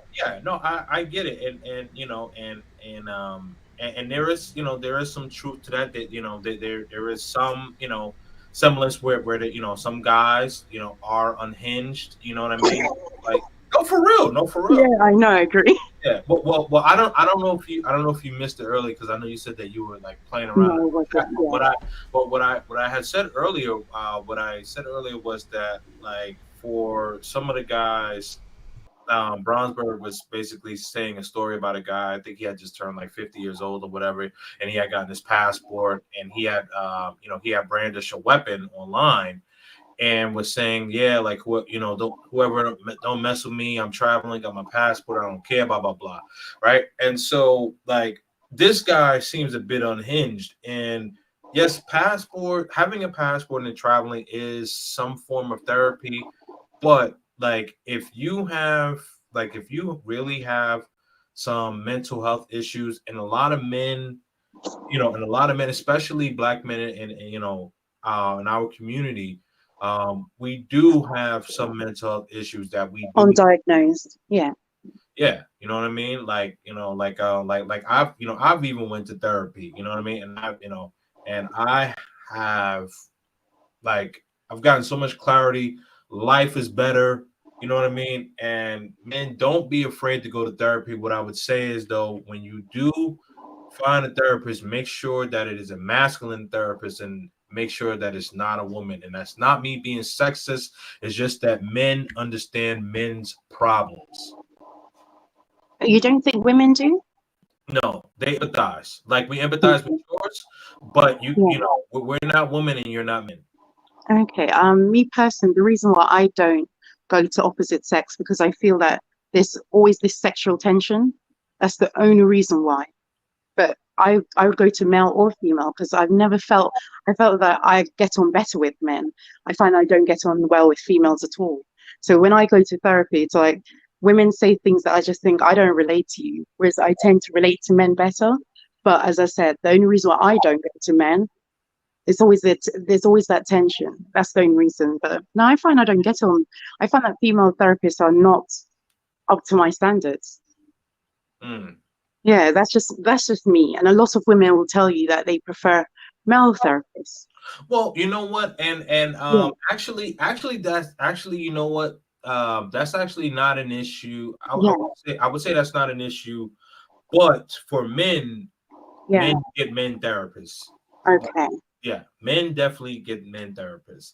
Uh, yeah, sorry about that. And I think one of the things is, sorry, I didn't mean to cut you off. I think one of the reasons why is because, like, with therapists, they're gonna set a structure and a tone, and men are used to setting structure and tones. You know what I mean? Yeah. So like, yeah, and guys, if you go to a woman therapist, you're gonna be, you're inadvertently emasculating yourself. So, talk to a masculine male therapist. And another thing I know is that, and just like me, a lot of in that space, you can start falling in love with your therapist, or you can start seeing her as your possible partner, and you're not going to therapy. You're going to see your, I don't know, you start going to therapy for the wrong reasons. And that's what I personally, and if you're gay, then go to a female. Or if you're a gay female, go to a male. Those are the only exceptions I'd make. Yeah. Wow. I mean, I don't know. I don't know how to respond. Oh, no, it's true. A lot of men will tell you. I've had partners in the past tell me that they would go to their female therapist because it was someone that would listen. She was there to listen. She was like it's like having a relationship without sex. And I'm thinking that's not a relationship. You shouldn't be thinking like that about her. You're there to get help. Why would you be going there for your own perversions or your own? But some men do. They find that they start falling into a relationship category. They see their therapist as someone they're dating. And It's true. I know many stories like that. They do start doing that. And not just men. I won't say that. Females do as well. I found myself fall into that category, looking forward to see my therapist every week because I would be alone with him. Like, no, that's not what I was going in there for. I was going to get help. So that's what I now see females only. Yeah. I gotcha. Yeah. I love this. Y'all are awesome. What? I think there's this one question I was gonna ask you. No, go ahead, man. You got it. The last two questions I believe I have for you tonight. Okay. And then also I'm always gonna keep telling people, make sure you subscribe to his page, KingzNdreamz. All right, cool. Yeah. So the last question I want to ask you, pretty much to kind of end this off, because I've been wondering this for a while. Oh, sorry, Bronzebird. To end it, would you allow anyone in the chat or on the panel to ask questions before he leaves, or? Nah, we just gonna keep it to the interview tonight. Okay. It's up to you. I could take some questions. You know what I mean? Trust me, I can get some scope. Oh no, for sure. No, I kind of just wanted to keep it to an interview. Okay, yeah, Okay. that's Yeah, cool. yeah, That's yeah, cool. yeah. That's cool. Okay. Cool. Um, That's cool. We'll have a smoke show another time. yeah. Uh, We can. If you want to that do a was part good. two, we can do a part two. We I can would just like get a part two. really, Yes, yeah. We can please. do a passport bros. Ask me anything. Bring the smoke. Bring Yeah, the we could. smoke. We could Yeah. definitely do a part two. So the last thing that I really want to ask Make, you make sure is, make sure part two is extra sweet. oh yeah, bro. I'm gonna need the sugar. You heard? Oh yeah, anybody come? Cause I was already seeing somebody in chat. They ain't here now because they said they bored. And then you sit Oh. up there talking about, Okay. why you ain't talking about this? Why these questions is lame as fuck? I was like, yo, go bring your ass on, yo. But it's not even that. If it's so lame and so boring, then find another stream. Like, that's what I would Thank say. you. It's very easy to Exactly. do. Yeah. It's just you need to do that. That's But because okay, that's because niggas focused on the nigger shit. thank There you you, go. nigga. Shit for real, nigga-tainment. Yeah, It's like for real. that's what it is. That's what it is. And yo, they don't want to learn, bro. I'm sorry. Go ahead though. What Yeah, you? No, sorry. no, no. It's cool. It's cool. It's cool. So the last question I want to ask, the last two questions. So I wanted to ask you this. So, Mhm. as terms as traveling and stuff like that, what would you recommend for those that's inspiring to become a passport bro, or just could be a regular black man who wants to travel? What places would you recommend for them to travel to start off? Um, you know, first couple of places what I would recommend for them to travel to. I would say Mexico. You know, Mexico is a good one. There's a lot of expats, especially on the eastern part of Mexico, um, like Katana Roo area. So the Katana Roo area of Mexico. So that's like Cancun. There's a place called like Playa del Carmen, and a lot of expats live there. Americans, Canadians. Mm-hmm. Um, yeah, so I would say like that area is really good. Beaches, you get to explore there. I also would say Dominican Republic. Trying to think what else. Um, definitely explore the Caribbean. So definitely Yeah. explore the Caribbean. Yeah, those are definitely places to get your feet wet. Mm-hmm. You know what I mean? I would say start there. Also, what I would say is that like just remember like outside of America, leave the American mentality in America. Agreed. So you know, don't Oh, come with and sorry. And what places would you say to avoid going? like for your first time. Yeah, for your first time. What places would you Okay, say avoid, brothers? so I just came back from Cuba. I would not recommend going to Cuba for your first trip. Like I would say Cuba, like that you would have to be anywhere between 5 to 10 countries in before you touch Cuba. And do you mind giving us a little reason why? Yeah, I was about to. Yeah, Okay. yeah. So the reason I'm saying that is because like when it comes to the infrastructure, the internet, also as a United States citizen, you are not able to use the ATM. Like so, you can't check your bank account balance.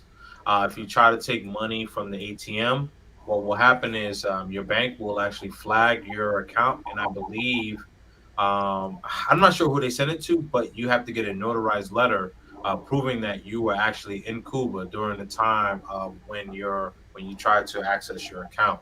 So essentially, you can only bring cash to Cuba, and whatever cash that you have to make that last. If you run out of cash, you cannot Western Union yourself, you can't Zelle yourself, you can't Cash App yourself. You're pretty much shit out of luck, and you don't even try to go to the embassy because they won't help you. The internet. So with the internet, if you have an iPhone, you're gonna need a mobile hotspot. and also with the mobile hotspot, like you may not get that many gigs. So like if you're used to like 5G really fast internet, that's not going to happen. And there's some places that have like dead zones where you may not have internet at all. For Androids, if your Android is not locked, then yes, you will actually need the mobile hotspot. Or if it is unlocked, you'll have a SIM card. It'll actually be more beneficial for Android users, if you will. But the internet, like there are some dead zones. And if your Airbnb has Wi-Fi, like mine Airbnb did have Wi-Fi, but the Airbnb does shut off, and it shuts off. Sometimes you think that it's going to shut off for like 20, 30 minutes, but it shuts off for like hours at a time. You know what I mean? And this is not me deterring you from going to Cuba at all. What I'm saying is that like you have to get some experience under your belt. Once you are a more seasoned traveler, if you will, then you can go to Cuba. Because I thoroughly enjoyed Cuba. But these are some potential watchouts. So you kind of got to get your feet wet. You know what I mean? That's like if you never played a sport before, like basketball, and people are expecting you to do a dunk, you know what I mean, in like 2 days. That ain't gonna work. So, you got to get your feet wet. Yeah. So what I would say is, definitely travel to the Caribbean. Colombia. Colombia is one of them. I would recommend still. People hear some things about Colombia, but I would still Yeah, recommend. I hear a lot. Yeah, because it's Yeah. almost like I think of cartel. I can imagine. Oh my God, I go to Colombia and I might get held up in the cartel. I Yeah, watch these movies. yeah. Too much narcos. There's none of that cartel shit. Okay, Yeah, I watch yeah, these that movies. Narcos, listen. It's a great show. I love that show on Netflix. Leave Netflix where Netflix is. This is real life. Hey, you know what I'm saying? Like, nah, it ain't none of that. But back to what dude said. Yeah, he's talking about Jay Rello. Yeah, I don't know if you heard the story. I actually did a Yes, I reaction did. to it. I actually did a reaction to it. So yeah, guys, just make sure that like you know bring more than enough money to travel. Um, you know, and But just sorry, to interrupt you. I can only tell you that from my point of view, like when Americans come here, they act so ignorant in England. They act so ignorant, and that's one thing I ask Americans: please don't show yourself up. Please try to not ask dumb questions like that. right Do you that, know that the Queen? Do you know right the right Queen? Do you know how would I know the Queen? How would I know the Queen? Please, how? Can you tell me where Buckingham Palace is? Because I want to see the Queen. Like, are you okay? Show up, look like Sukiyana out there, fucking. It's no, like but in no, but see, and this is no, but I'm glad that she mentioned that because that's why I said leave that American mentality in America. America. yes. It's like Hmm. because the thing is like we like Americans come off very very entitled and what I mean like how are you gonna ask some random person like do you know the Queen, you know what I mean, but, that's like someone coming to New York and they're in front of Trump Tower and be like, hey, can you introduce me to Donald Trump? You're like, man, I'm just walking past this, I don't know this dude, Nah, who the fuck, what the fuck. they ask me Right, anything about New York. Say, right. shut the Yeah, fuck up, man. You know what I mean? right, It's It's, like, yeah, oh it's just, yeah, been in Times I Square. So never what? I never understood that because I have heard that in on the panels where they say, "Have you ever met the Queen?" and blah blah, and do you know blah blah. But when they're in England and they're saying stuff like, "Oh, do you know where I can get some American food?" and I'm like, I'm sorry, I can't help you. Like, do I know where you can get some American food and you're in England? yeah. You don't want to experience the British experience. You don't want to experience that. No? Yeah, and that's the thing. Like it comes off very disrespectful. You know what I mean? Yeah, It comes off ignorant that you don't want to learn. And so like the thing is, yeah, like when you travel, be eager to learn other people's cultures. Now here's the thing. For me, I am a picky eater, but one thing, no matter where I've been, where people can't get this wrong, is chicken. and McDonald's. Well, no, that's American football. What I'm saying is, No, like, wait, what I mean is it's in almost every country. Yes. oh, well, yes, Yeah, yes. it's like if you really want your food, then go to McDonald's. Go ahead. Well, yeah, no, but what I was saying is like, yeah, I'll get the, like I'll order some chicken. You know what I mean? Yeah. No matter what country I'm in, like I'll order something with chicken. And I'll be fine. And sometimes it looks like chicken, but let's not say anything, Like, Well, yeah, let's not, because we're encouraging people to travel, so yeah. come on, man, don't do that. Don't do No, that. I won't. But yeah, so if you're American, please don't ask me where you can find American food. But if you really want to know, there's McDonald's and KFC. Have at it. You won't enjoy it. It's not as nice as Americans. Yeah. Yeah. Nah, but I just like getting my chips. I love my chips over there. Ooh, Crisp. Yeah. you like we call it crisp, yeah. It's Well, kinda Yeah, crisp. crisp. Yeah. Yeah. but no. So I'm really happy that you've joined live. And would you be happy to do a part 2, like Bronzebird said? Of course. Oh yeah, we definitely that's Okay. already solid, man. Yeah. Good. No, this one question. This is the last question I got for you, and then we can Okay. end off. I just wanted to know the value of the dollar, just the value of the dollar in the different countries like Colombia and stuff like that. Is the exchange pretty much easier? Is it harder? This is an important question because we always talk about the American dollar. I mean, forget the fact the matter BRICS and all that other stuff is going on right now. Just the American dollar, the value, because they be like, oh, the money is stretched long if you go to these different countries. Does it stretch longer? So does it stretch longer in certain? Is it easier when it stretches in certain countries, even in Colombia? Yeah. Absolutely. You know what I mean? What I would say is, yeah, like Colombia, yeah, the dollar stretches, right? So now it does fluctuate because the US currency, I mean, like the dollar is still strong, but the strongest right now is the euro. The euro is Is it not the pound? Is it not the pound that's stronger? You know what? I hold on. Let me. Because the euro, I don't remember seeing the euro stronger than the pound. I'm like, huh? Are you sure? Because I know that the euro is good, but Yeah, but some places now some places don't take euros though. yeah, they don't know. I mean, pounds. I meant to say. Okay. Some places don't take euros or pounds. That's from my experience. When I've traveled, they you need to convert it. Yeah, but like in Colombia, the U.S. dollar. But okay, like for an example, like in Cuba, the euros, the euros were great. If you went to Cuba, like you could have a much better time. You could go to the ATM. You could go to government hotels. Like they have like supermarkets that you could go into. Like Bronzebird and we couldn't go into them because we have a U.S. passport,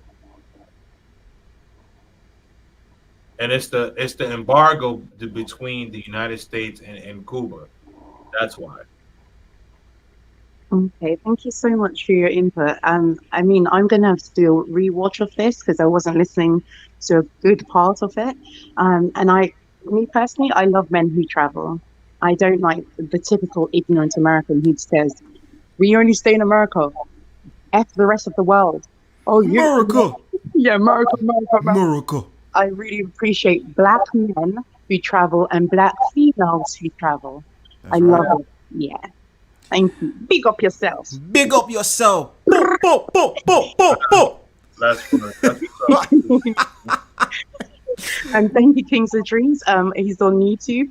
I don't. Let me drop that link. Yeah. Yeah, let me drop that link. I've already subscribed. Yeah. Yeah. But KingzNdreamz. Any last words for everybody? I know they could check you out at KingzNdreamz. Do you have any other links that you want them to know, or any other places they can find you? Yeah, man. Just check me out. Well, first of all, Yeah, yeah. I Yeah. definitely want to thank you for having me on. Thank Mm-hmm. you for allowing me to come on your platform. Definitely appreciate you. I see your channel is growing. You Thanks, definitely brother. you're definitely getting close to that 1,000. Working. Once you get monetized, though, you gonna have to be careful with the music and stuff. Yeah, Just that's a the heads thing. up. Well, I could Well, monetize now, but I'm just like, let me. I just want to kind of just take it a little bit wait, further you can before I monetize decide to. now? Yeah, you only need 500. What? Yeah, you only need 500. You only need 500 Oh, they changed subscribers. the But game. yeah, I'm not. I'm Oh not. I'm just. man. I just want to get more subs before I do it. You know what I mean? Just Oh yeah, yeah. snap. They So changed how it. wait, how many watch hours? You still need 4,000. Mine is at 3,856. So I'm very close. Man, I'm about to get you. Man, listen, people rewatch this, man, and you'll get your watch hours, man. You already, But man. yeah, Yeah. no, so Mhm. but anyway, yeah, so yeah, but thank you for allowing me on your platform. I definitely appreciate it. Hopefully, as being your favorite content creator, All I right. did well. You did well, man. You did very uh, well. I, You did very well. It's you it's don't good to even get know other. you weren't listening. No, I wasn't. I was listening to some of it, but what I mean is like some of the points you're making, I need to go back and listen. I was not because I was in troll mode and now I'm in serious mode. So I'm Nah, going to go back man, and she's listen. cool. Thank you so much for joining us, Kings and Dreams. Hmm. Well, yeah, Kings and Dreams on YouTube and Instagram. Kings and Dreams. Yeah, Kings King Yeah, and and Dreams like the letter N. Yeah, King's and yeah. N. Kings Kings and and Dreams. Dreams. Yeah, Hmm. Okay, no we'll pick up worries. this our chat room and Yeah. hopefully I'll see you all soon. Mwah. All Bye right. for now. All And right. yeah. Thank you, Kings and Dreams. Any last words? Oh, my fault. Yeah, man. So, yeah, as I mentioned, man, I appreciate you allowing me on the platform. One of the things, as I mentioned, there's different tiers to, passport bros of people who travel. I just think that it's important for all of us to travel, learn, explore, especially us, especially us who are melanated, man, because there's so many of us around the world that we don't even know. You know what I mean? And we, we really don't know our history the way we think we know our history. You know Hmm. what I mean? And so like we could Google and do research, but if you actually don't have, physical boots on the ground and actually learn these things and see for yourself, like really check it out, man. And it feels so great to be embraced by someone who looks like you and who's genuinely happy to see you. Like I'm from New York City, man, and it's like you can't even smile at somebody, you know what I mean? Because if you smile at somebody, they're gonna think that you playing for the alphabet team. You know what I mean? Yeah, you're like, who the fuck is you, bro? Like, you know what I Right, mean? right, And right, now right, when you get the newcomers, you get the gentrifiers, and they say hello to you. You're like, what the fuck? I'm supposed to say hello to you? What the fuck right. you smiling at me on a train for, man? Right. And right. And it's like, yeah, man. And the thing is, people, people are just, genuinely happy, man. It's just a different vibe. It's a different aura, man. You get that, you get that sense of peace, you get that sense of belonging, and you get that sense of education, man. And then guys, even on the dating side, yes, women are definitely more approachable. You have, women, like outside of the West, like these women, like they don't have like they don't have as much of an ego, so to speak. You know what I mean? And they also do expect you to be the leader, so you got to be that masculine man. So like if you got feminine energy, that's not gonna work over there because they gonna walk all over you. They're not gonna want to deal with you. So you got to be a masculine man. You know what I mean? And you got to make sure that you are a leader and know that yes, she's on your program. But the thing is like because some guys think like, hey, you know what? Yeah, I'm the leader. I'm the leader. I'm the alpha. But it's like, yo, if you don't have a plan and you don't have a sense of structure, you know what I mean? Your She don't rock with foundation you. crumbles. Yeah, So she don't there's rock with all you, that, fam. man. You know what I mean? So peace out to the chat. Thank you for everyone who watched and show love. Thank you for everyone who hated and who hated and show hated. It's Hmm. all good, man. Because hello, sugar is sweet, and it's all good, man. Stay purposely purposeful, and I'm out. Salute. Peace. And like I said, thank you to everyone that came in the chat tonight. Everybody who participated. Yeah, everybody who participated in the chat. Everybody who liked. Everybody who bird watch and all that other stuff. We will be back. KingzNdreamz and I will be back with a part 2 sometime in the future. We don't know, but we will be back, y'all. And make sure y'all like, share, subscribe, all that good stuff. Now, y'all know what I love to do before I get on out of here. I love to play the music. So sit back, relax, y'all. We gonna get it in the groove. And yeah, put my screen on. You know what I'm saying? One time for the one time, y'all. All right. And peace.